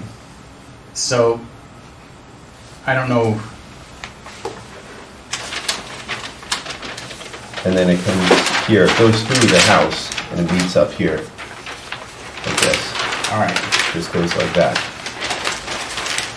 So, So part of it's one of these properties where part of the house is in the upland review area. Existing. The existing, existing house, right. but then we're going to further extend it by a significant percent, right? This has got to be, yeah. All this out here is all new. Yeah, so, I mean, It's huge.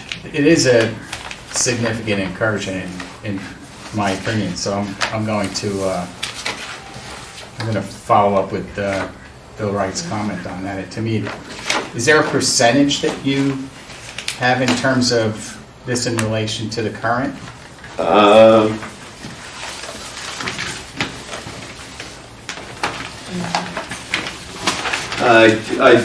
I don't know what the percentage is compared to the current coverage.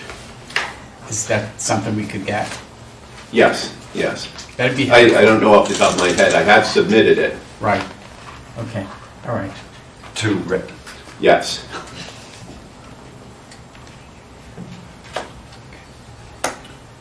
Bill, I think I know how you feel. Michael? I'm okay. Just a quick question, because we've been talking about a lot of different maps, and, you understand that the engineer might have a line on his map and the landscape architect doesn't on the other. But, Rick, when you go to submit the proposed build, can that come on the engineer's map or the surveyor's map, or does it always have to come on the surveyor's map? When you submit an application for proposed, and then someone does the surveyor does the as-built, can the engineer submit the proposed on his maps, or does it have to be the surveyor? No, the surveyor, the engineer crafts his plan based on the information he's provided by the surveyor. He's usually utilizing their existing conditions element generally. But like in a stack of an application, you have the engineer's site plan. And would you also have submitted in the application the surveyor's, Existing conditions, or well, they would give you existing and they'd also give you proposed? not So it's- necessarily. Not necessarily. Right. So you can use the existing from the surveyor, the proposed from the engineer, and then to get the CO, you use the as-built from the As built, surveyor. and you're comparing, what was actually installed versus the proposed. Right. I wasn't sure if the surveyor has to carry it all the way through. They do the existing, the proposed, and the as-built. Many times they do a zoning location plan in advance of a building permit to assist zoning in establishing if it's all zoning compliant. But usually you start off with a good existing condition survey, and then that's the basis for a good design plan. Okay. Whether it's by the engineer. Okay. Whatever the determination though is, I think it's gonna be, I think it's imperative that you give me some, concise direction in terms of if you're going to forget about the invasive management, if you're gonna try it in a select area, if it is, some other, do something that's more holistic. But, so, I think it's really in your hands of what you were to decide to do. I'm open to anything. All right. I think I support Jim in the sense that, hey, can we have the compromise here, which is ask the applicant to stake it out, so that the people that want to see it staked out can see it staked out. But at the same time, because we can go forward and say, ask you to draft a resolution, so the next month we can come back. It doesn't mean, because we draft one, doesn't mean we have to approve it. And, but at least at that point, if Bill and Peter and the others are satisfied with the stakeouts, et cetera, we can, if they're satisfied, we can move forward with the resolution. If they're not satisfied, then they're not. Is that fair for you guys? Yeah, I'd like them to look into that planning better, because I'm telling you, they took away a big section, and where they're planning is, if you go back there and look. Yeah, no, that It's plenty plan is already amazing. poor, and it's already poor back there anyway, so they're not giving much lawn away, I guess is what I'm saying, and they're taking a lot. Mhm. Yeah. You got, go ahead, whatever you want to do. Rick, are you clear? So I'm gonna craft a resolution for next month's meeting. And ask the applicant to stake it out and let us know what it is, so that Bill, Peter, and the rest of us can stop by and take a look to, I don't know. And as part And of then, that, and then we get to next month, we'll see if there's any big comments there or something like that, that when we consider the draft resolution. We can also ask them to improve on their plan, you know? They took away something by, they need more lawn, okay, get it. But maybe they need to, now that they're hearing we have some opposition here, they can improve that plan. Okay. So I think they hear it, obviously. Well, and I can provide the, we'll show, I mean, most of this that is proposed is currently terrace, and so I can provide that data as far as how much is existing terrace right now, which is being removed and being replaced with terrace, and then how much it's bumping out from there to the rear. Visually show that on the site, where that line is going, that'll be a lot easier for me to comprehend. Okay. On the actual site. Right. And the mitigation is one part of what we're doing, but we're also doing quite a bit as far as with the stormwater mitigation, and with even the methods that we're using have been, we've been very conscious of that. First of all, that these existing trees are there and we want to maintain them, but also as far as we're set on the terraces is dry set. We have gravel terrace as well, so we're trying to kind of have it using construction methods as well as with what Rick had pointed out with the arborist involvement and recommendations. Okay, thanks. I got like the last word in here. I want to say for the record, I think that the planting plan is very comprehensive. I'm very happy with what I see on this plan. I really don't see any issues here. I'm not concerned about the upland review area or loss of lawn. We're talking about cutting one tree down on the property. I think this was a well thought through application. I think we should get this approved to let the applicant move on with their work. Okay. I think we have a course of action. He'll stake it out. We'll take a look at it, and Rick will draft a resolution. We'll go from there. Okay, thank you. Thank you. Thank you, sir. Moving on, EPC 34, 2022, 50 Talmadge Hill Road, G. Cooperman, L. Cooperman, to demolish an existing in-ground pool, patio, and related features, and construct an in-ground pool house, patio equipment, fence, and other related facilities proximate to the wetlands and watercourses. Property lies along the south side of Talmadge Hill Road, approximately 800 feet east of Hollow Tree Ridge Road, and is identified as route number 2, lot number 44. The zone is R2, and it's approximately 2.237 acres. Rick? Mr. Chairman, the applicant is proposing to, there's an existing in-ground pool on the property. They're proposing to demolish that pool, remove the amount of terrace, and construct in lieu of it a new in-ground pool and a pool house.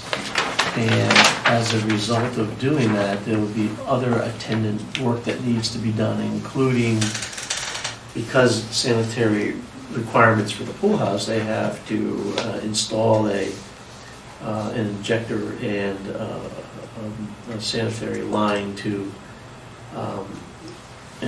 get any effluent from that pool house to the in-ground subsurface disposal system that's on the parcel. The applicant we had generated a list of information based on my review and the comments of the commission. We did an analysis of at least a summary of what the regulated areas on the property. It's a small water course. There's some light to moderate woods that are on the property. In the extreme, I think it's the eastern portion of the site. And there's also some wetlands that's maintained as lawn. All the encroachments, based on the site development plan, are in the upland review area, about 2,000 square feet, either temporarily or permanently impacted. And the areas that are impacted are generally manicured lawn or planted beds with the loss of vegetation limited to the plantings in those beds. There's no significantly sized vegetation that's going to be adversely affected. The pool remains, and the features that are associated with the development remain relatively close to the wetlands, approximately 7 feet and about 44 feet to the edge of the watercourse. A drainage impact analysis or statement has been provided. The result of building the additional pool, or the pool and the additional impervious associated with the pool house, only results in a very de minimis increase in the overall site impervious, about 207 square feet, with no discernible increase in runoff oil storms for 2 to 50 years of duration, and that was projected by the project's engineer. The town's consulting engineer had reviewed it and was in agreement in terms of the impact analysis.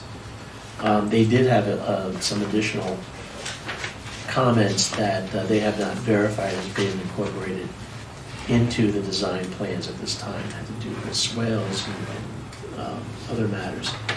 To assist in the preservation of water quality, there's a basic erosion control plan provided with perimeter silt fences and other features. They stockpile areas and application of final stabilizing ground covers.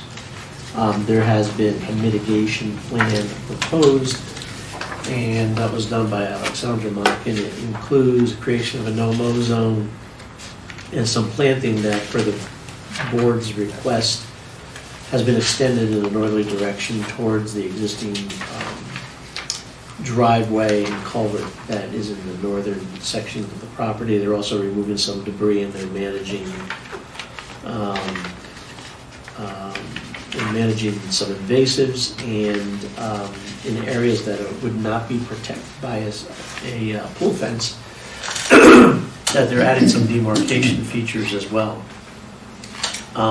What is probably difficult to understand is that a lot of the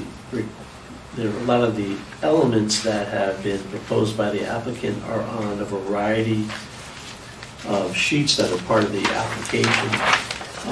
It seems there are some conflicts. For instance, the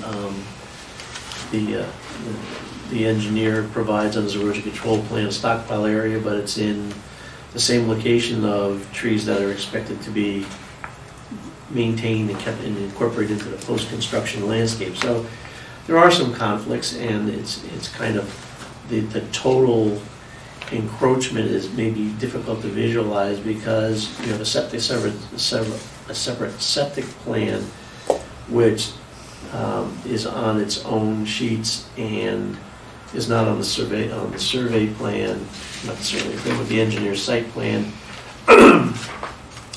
So and there are some other things that could be more clearly defined for the commission, in my opinion, that should be placed on one plan, not only for the rendering of a decision, but for implementation as part of having a contractor take that plan and implement it in the field.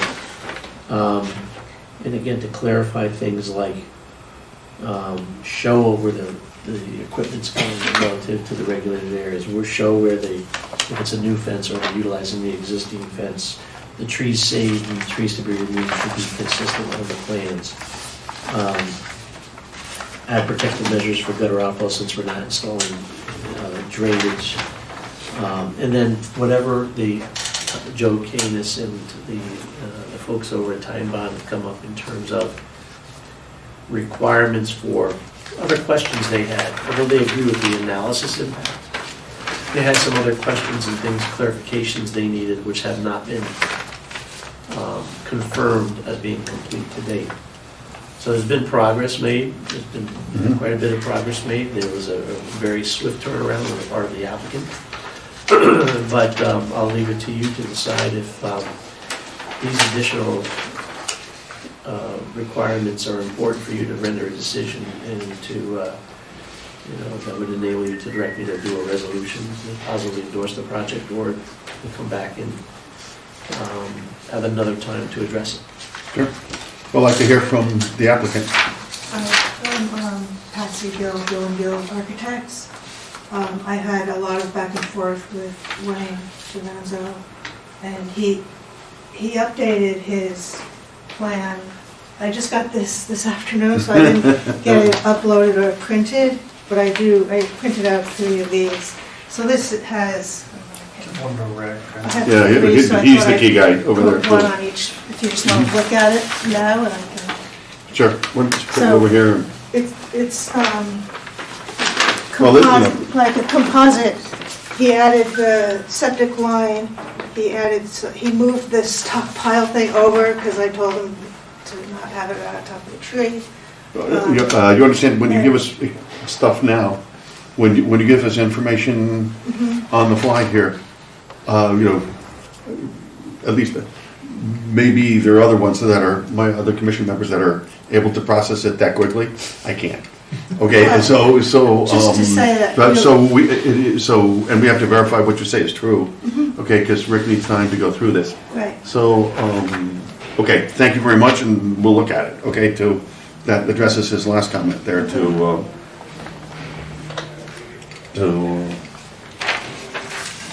have a comprehensive rendering, which okay. helps. Please, go ahead. Was that it? Was that your little, you would, to address, because I think there were several issues that were left open. Mr. Chairman, the most important thing is maybe give some consideration to, the commission asked for alternatives. What's the alternative? What's a discussion of the alternatives? How did you come up Well, with this yeah, process? from my notes, I said, could the pool be pushed further north? I believe that was Bill Wright's comment. Okay, move towards the house, question mark. Could the pool house be put at the end of the pool or in the backyard, question mark. Okay, the applicant seemed to be worried about a small tree at the end of the pool. We didn't consider that to be relevant because it probably was a small tree, 6, 8 feet tall. There was the Denomo area, which the applicant proposed was great, but could it be extended to the north, could it be extended all the way to Talmadge Hill, to the road? I haven't heard an answer to that. Okay, so, a couple of this is, also, adding a pool house, you're adding must effluent to the septic field. Does the septic field have the capacity in order to be able to handle this increased effluent? Okay, because having lived next to a house that had that problem, not a nice one.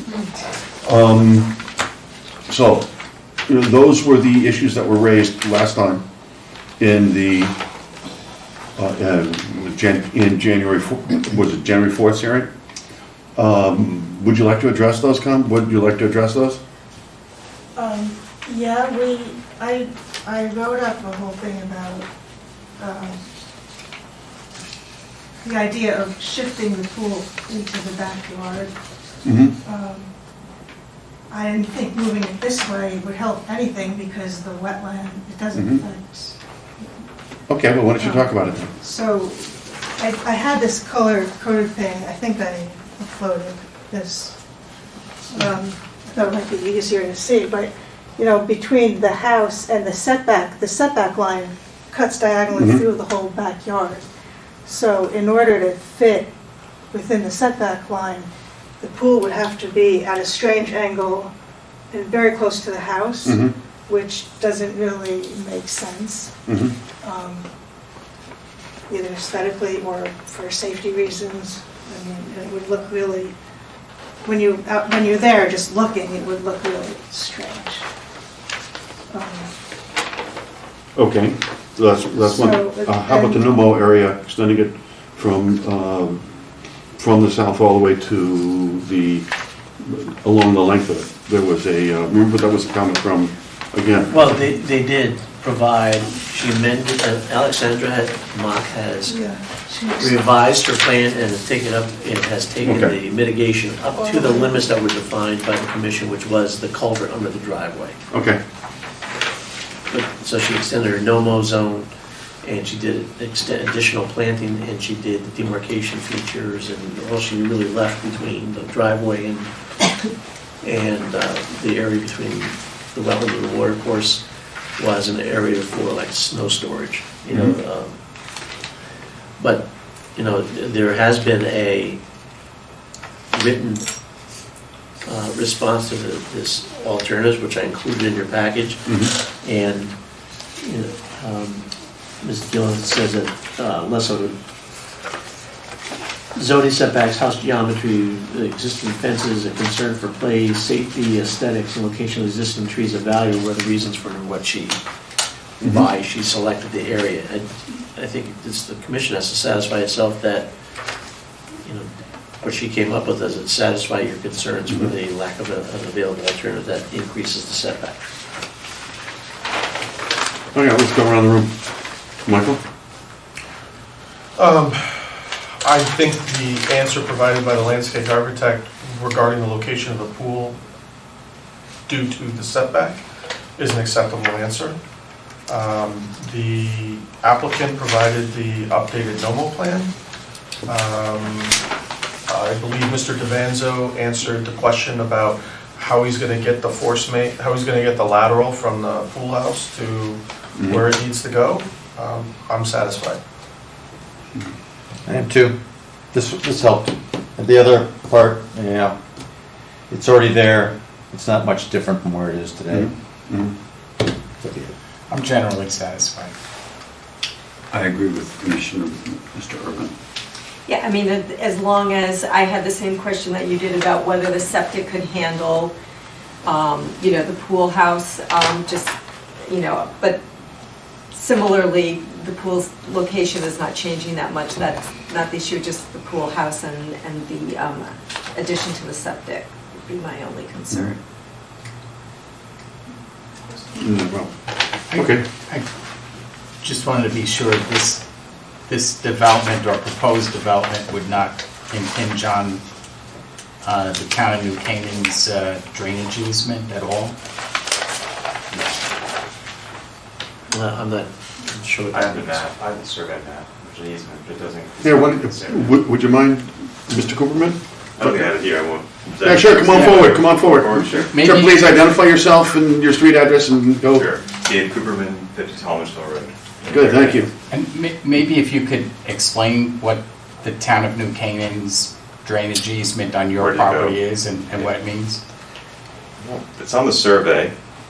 What it means, you all probably have more experience with that, but there's a drainage easement that comes on the north side of the property, which I don't think I have here for you. But it generally goes along I think west side, away from where we're going, and the middle of the property. So in the front part of the wetlands is where this easement is. It's not through the pool area. So That's my recollection. your town abuts New Canaan on the north side. On the north side, correct. And someplace in your wetlands area on the north side. Correct. There are, yeah. Are there There's- pipes on that north end? Or what is the easement? I think it was from my recollection when I bought the property, it was an easement from the property owners that were on the north side that had an easement for it to come through our property into, I guess, what used to be a standing wetland, if I can use that term, where there was actually water. There's no water there anymore. So I think there used to be a drainage that went into that, and so there's an easement for that to be allowed. But there's no more water there anymore. Right. So I don't know that there's an ecological reason for that to maintain, but it was on the surveys going back quite a ways. So I imagine it was maybe before that brook was really defined that goes to the property. Right. There was possibly a waterway that they didn't want us to build over that then flooded their property to the north of us, because it does slope, down into our property. So if we build something, it could bottleneck. Okay. I guess I think last meeting we said the town of New Canaan was noticed on Right. this. That's good enough Yeah. for me, Yeah. as far as I'm concerned. I'll just say, I grew up in Fairfield County. I had wetlands in my property. It was beautiful. We went ice skating. And my dad was on the board of Sound Waters, so I get wetlands. I'm involved in the NRDC. I want to actually improve the property if I can. That's the whole, I think the landscaping could be beautified and naturalized, so hopefully we'll do that. Yep. Guys, give us the chance, we'll do it. Thank you for that explanation. Thank you. Good. Then, Rick, you'll look at the new piece that we just got today. If you might just, could you give back? No, he's got it. He's got it, thank you. Assuming that's okay with you, Rick, you want to write up the resolution, I can do that. okay, for this? And then, assuming that's good, you'll work it out. If it's not good, you'll work it out. So the next meeting we'll have a resolution. And the one thing I just wanted to add is, I have from the health department, they've endorsed the response in terms of the sanitation for the pool house. Oh, they have? They had a Okay, then- Palladino. Yeah, then I'm out. Okay. The septic was like a 10,000 square foot of the house that they grabbed it from, so it's huge. It's Okay. too big.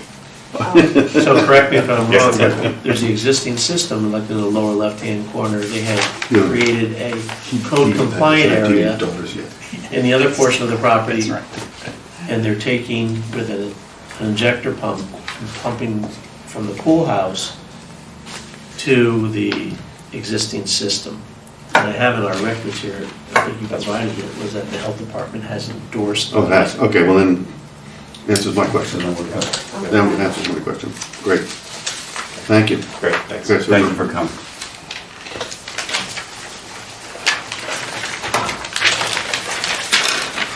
Okay, moving on, approval of minutes. Everybody got the minutes from the regular meeting of January 4th, 2023? Yes, and you know, okay, so I'm sure you did your magic. Oh, well, I don't know if it's magic, but I did carefully get them and forward, I think in this case, one edit, was it one there, Rick? I'm getting there. One edit, page 5, otherwise. Yes, they've all been corrected, not in your Okay, copies, fine. but I've corrected. Okay, great. All right. Anybody else have questions or comments? No? I'd like to make a motion to approve the minutes for the regular meeting of January 4th, 2023. Second the motion. All in favor? Okay. Moving on, agent approval, EPC 33, 2022, 21 Dorchester, F. Nicholas III and A. Smith to construct residential additions and patio, install drainage and implement other related activities proximate to the wetlands and watercourses, Mathers Pond, and special flood hazard areas. The property lies along the east side of Dorchester Road, approximately 1,150 feet from Stephen Mather Road, and is identified as map 1, lot number 113, zone is R2, and it is approximately 2.93 acres. Rick? I've reviewed this as an agent approval with your comments and consent at the prior meeting. The concerns that have been outlined by the commission, more so, it's an addition with some drainage. We're doing some, it's proximate to Mathers Pond in the very fringe wetland that's there. It's relatively distant from the edge of pond. They're doing some water quality in terms of this infiltration system. They have gotten the endorsement, they received the endorsement of the city's consulting engineer, demonstrating that it will work. There's erosion control plans. But the commission pointed out that it's an outstanding opportunity to implement some conservation improvement on the property, ranging from the removal of accumulated piles of debris into displacing some of the area of lawn, trying to keep it in the scale with what they're asking. Also noting that they have like boat launches on the property, so kind of leaving that space alone, but they did do some planting proposal in the upper reaches of the property that has about 50 different plants, but 25 of them being perennials and ground covers. But it's a good start, and they've maintained, there's no encroachments, there's no tree loss. Most of the improvement is in areas that's currently concrete terrace, and so there was a very de minimis kind of activity that had relatively little or no impact. So I had drafted an agent approval letter and intend to send it off unless there's any kind of outstanding issue. Does anybody have questions or comments? I got one comment. It's kind of dwelling on septic systems. I believe we should be able to ask an applicant, when was the last time you serviced your septic system? If it encroaches into our area. Simple question. And to see if anything. Why not? We can ask it. It puts them on notice that it's important to us, right? And if they say, well, it's been a real long time, maybe they'll think about doing something to it. And we could also say, by whom? Add a little credibility. I just think that's important. And we can ask. We don't have a lot of authority here, but what's the? But we could, right? But with if it gets stopped up and it's not serviced properly, They're gonna know it. Yeah, they have. your neighbors will know it. Okay? But you know what? A lot of people will let it ride, right? As long as they're still getting something from their sewer, and you can walk out on the field, and it's soggy as heck, but it's still working. I mean, I had that when I was a kid, you know, the system still worked, the place was soggy as heck until the sewers came.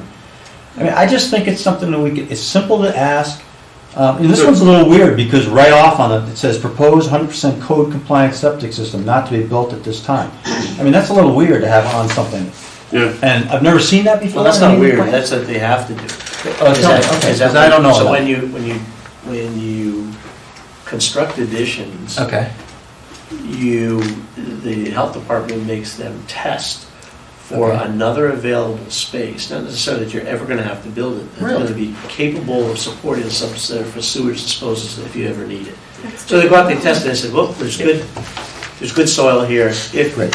this other system fails for some other reason, that we have Okay, a that's space good that to we know. can go, and it's not being, That's a it's double not being, safety from your. Yeah, yeah, and it's not being occupied by our You do? addition to our Additions. dwelling. It gives them another option. It gives you an Oh, option, but okay. they do, they call it B100s. That's what it is. They I search for appreciate that. B100. And the health department, when you do a B100, the excavator's there with the engineer, and the health department is Okay. required to come out to review the soils for that B100 Okay. test. Well, So No, there's, Good. learn something So, tonight. so just one thing that we were, talking about all this is that I think the stakeouts are very important. I think you're gonna ask questions that are pertinent to and relevant to the purview of the EPC. Some of the things that you probably, well, you shouldn't do, is say that unless they provide us up front, everybody who comes in as a septic system has to provide it up front. Otherwise we're not gonna accept their application. That we cannot do. No, I agree with that. So, yeah, I mean, I think what you have to do, even with the stakeout, I think what you do is you ask for it. And Right. I think it's important because it does help you visualize what's going on. Yeah, I think it's the second step after the acknowledgement of the application. Yeah. Okay, because then you go Yeah, yeah. through and just say, like, a ways back, but they didn't let me on the property. Yeah. And so I was like, I can't decide about that property because I wasn't let on it. But I- And so the same thing, you said, well, if I don't get it staked out, I can't decide. Right, it gives us more credibility that we're caring about another system, you know, Yeah. that I agree, we don't have a lot of control on, but it lets them know that, oh, hey, they're checking into that. And I just think the more we can add credibility to what we're doing here, the more, like, demanding that ahead of time they stake out this stuff, so that, you know, we're important too. They just spent thousands and hundreds of thousands of dollars on all their plans, and they're leaving us out of this simple, efficient method to let us see it. And if I was a homer, I'd want to see it too. Like, what does that really look like on my property? And yet, no one's doing it. And I think we just need to push that. I'm sorry I wrote a letter, everybody, but it's bothering me so much because we're being, put in the corner. I don't think It had to be really bothering you because did. I received it at 5:15 damn right. That a.m. was driving me nuts. I said, Oh, it is, we gotta upgrade our system. 5:16. Started drafting that at 4 a.m. Yeah, I should have been a farmer. Any case, I would love to see that we could, unfortunately, it probably falls on you though, Rick, to when you're talking to these people and they're putting applications in, is that you remind them that they need to have everything staked out so we can see it before, we get there. So I don't have to come twice. Well, I It'll think help one of the their things that we application. talked about is on the, because everything gets uploaded electronically, and wait till next month when you have your little Yeah. iPad. No. You're gonna have your iPad, and you're gonna get everything electronically. And you're gonna, so. Well, you're not gonna come visit our houses now? I think, But I think we can, when people apply for an EPC permit, there's a whole series of questions and requirements that are outlined in the electronic, you can say, I think we can do that. Stakeout is, pertinent to the review of this application. Yeah, in the Because 50-foot they know review up area. front. Yep. And they can know up front. So when we get the application, we can comment on that. Things that Okay. you don't want to do at that point, though, is upfront, is like landscaping plans. You don't want to say everybody has to come in with a landscaping plan, because there may be instances where it's not warranted. Mhm. Or you want a landscaping plan, but you want it to address your specific requirements. So, like, tonight, someone showed up and, here's a landscaping plan. I addressed it, but, it doesn't necessarily mean that. Address your concerns. Address your concerns for, this particular area looked like it needed more assistance than that particular area, because it was convenient for them to stick a bunch of plants over there. But No, it's good, we're making good progress. What I'm seeing too is the more that these consultants hear what we're demanding, they're starting to produce it. I mean, little at a time, you know, you're seeing a lot more come up and say, all right, we don't want that fertilizer running in, and they're starting that stuff. So with your help, you're coaching them through it. So we're asking up front, we're making some progress. We're making progress. And we just should keep pushing some of And that, I'm right? gonna be the contrarian. I know you are. I can see it I coming. totally disagree with you. I couldn't disagree more. Okay, go for it. I think there's not a statutory requirement for the applicant to stake out their activity. I think there's an ad hoc decision if stakeout is required. There's a great expense, economic expense, and a great period of time for the applicant to have a surveyor go out and put pins in at like $175 a stake. I think, you know, we as commissioners should be able to be smart enough to read plan and appreciate the site. And if we really do need a stakeout, then we say, hey, look, can you go out there and do your best, you know, hey, Mr. Engineer or whomever, can we do something here? Because I really want, I need help understanding it. I firmly disagree that some of these things should be right off the bat, I want you to go do it. I don't think it's necessary. So, I think we're getting a little ahead of our skis from a, I will disagree with your disagreement, because I think they have enough money, they're doing all these consulting things, they can help us out and to fix this at the same time. I don't know how much, you're not even going to half the sites, go to more sites and think how much time it takes. It's a freaking lot of time. And I know how to read these things well, and it's still a pain in the ass to figure it out. No, it's not, that wasn't a comment directed to you. I'm saying that I don't think that should be a default requirement for applications. I appreciate all the work that goes in. If somebody puts in a perimeter fence like this that happens to go through there, do I really need to see that staked out? I can see it. Right, Okay. perimeter fence is one thing, and now we're talking about encroachment into our 50-foot area. Right. And we are the ones that need to look at this carefully, and they're all gonna try to push the envelope. I wanna be able to see it with my eyes when I'm on the site. I can see it here, but I wanna see it right there, you know, No, and make it fast so I can get out Mike's there. in saying 5 go on a minutes. case-by-case basis. I think that's what you're saying, I as opposed to universal. I also want to say that every applicant, like the gentleman that was sitting in the back, I think it's easier for us as commissioners to jump on the engineers and the consultants and hold them to a very high standard, which is okay. But at the end of the day, it's our neighbors that we're serving here. So I would like it to be easier for my neighbors than make it difficult for the engineers when it's not necessary. I didn't word that exactly correctly, but I think to your point is I don't think anybody's trying to pull the wool over EPC. These guys are boiler template, cookie cutter, doing their as-built, their proposed, their site plans, their sewer, you know, they know what we want. So add one more piece to it. It's not a whole big deal. That's why people to hate add government, is because we're just adding. Yeah, more well, pieces to it. because I'm a I volunteer, have nothing you're a else to volunteer, add. we don't have all this time to be rushing around and going back and forth, right? Let's just get it done in one shot. Do you believe they shouldn't even have wetlands flags out? One thing I said about the wetland flags though, Yeah.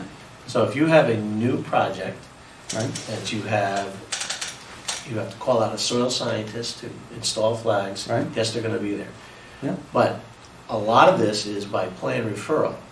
So, for instance, there was some number of projects here tonight that had been before the EPC before, in Right. which they had it flagged, maybe like 2013. Right, Those were flagged, they were surveyed, that's your permanent record. right.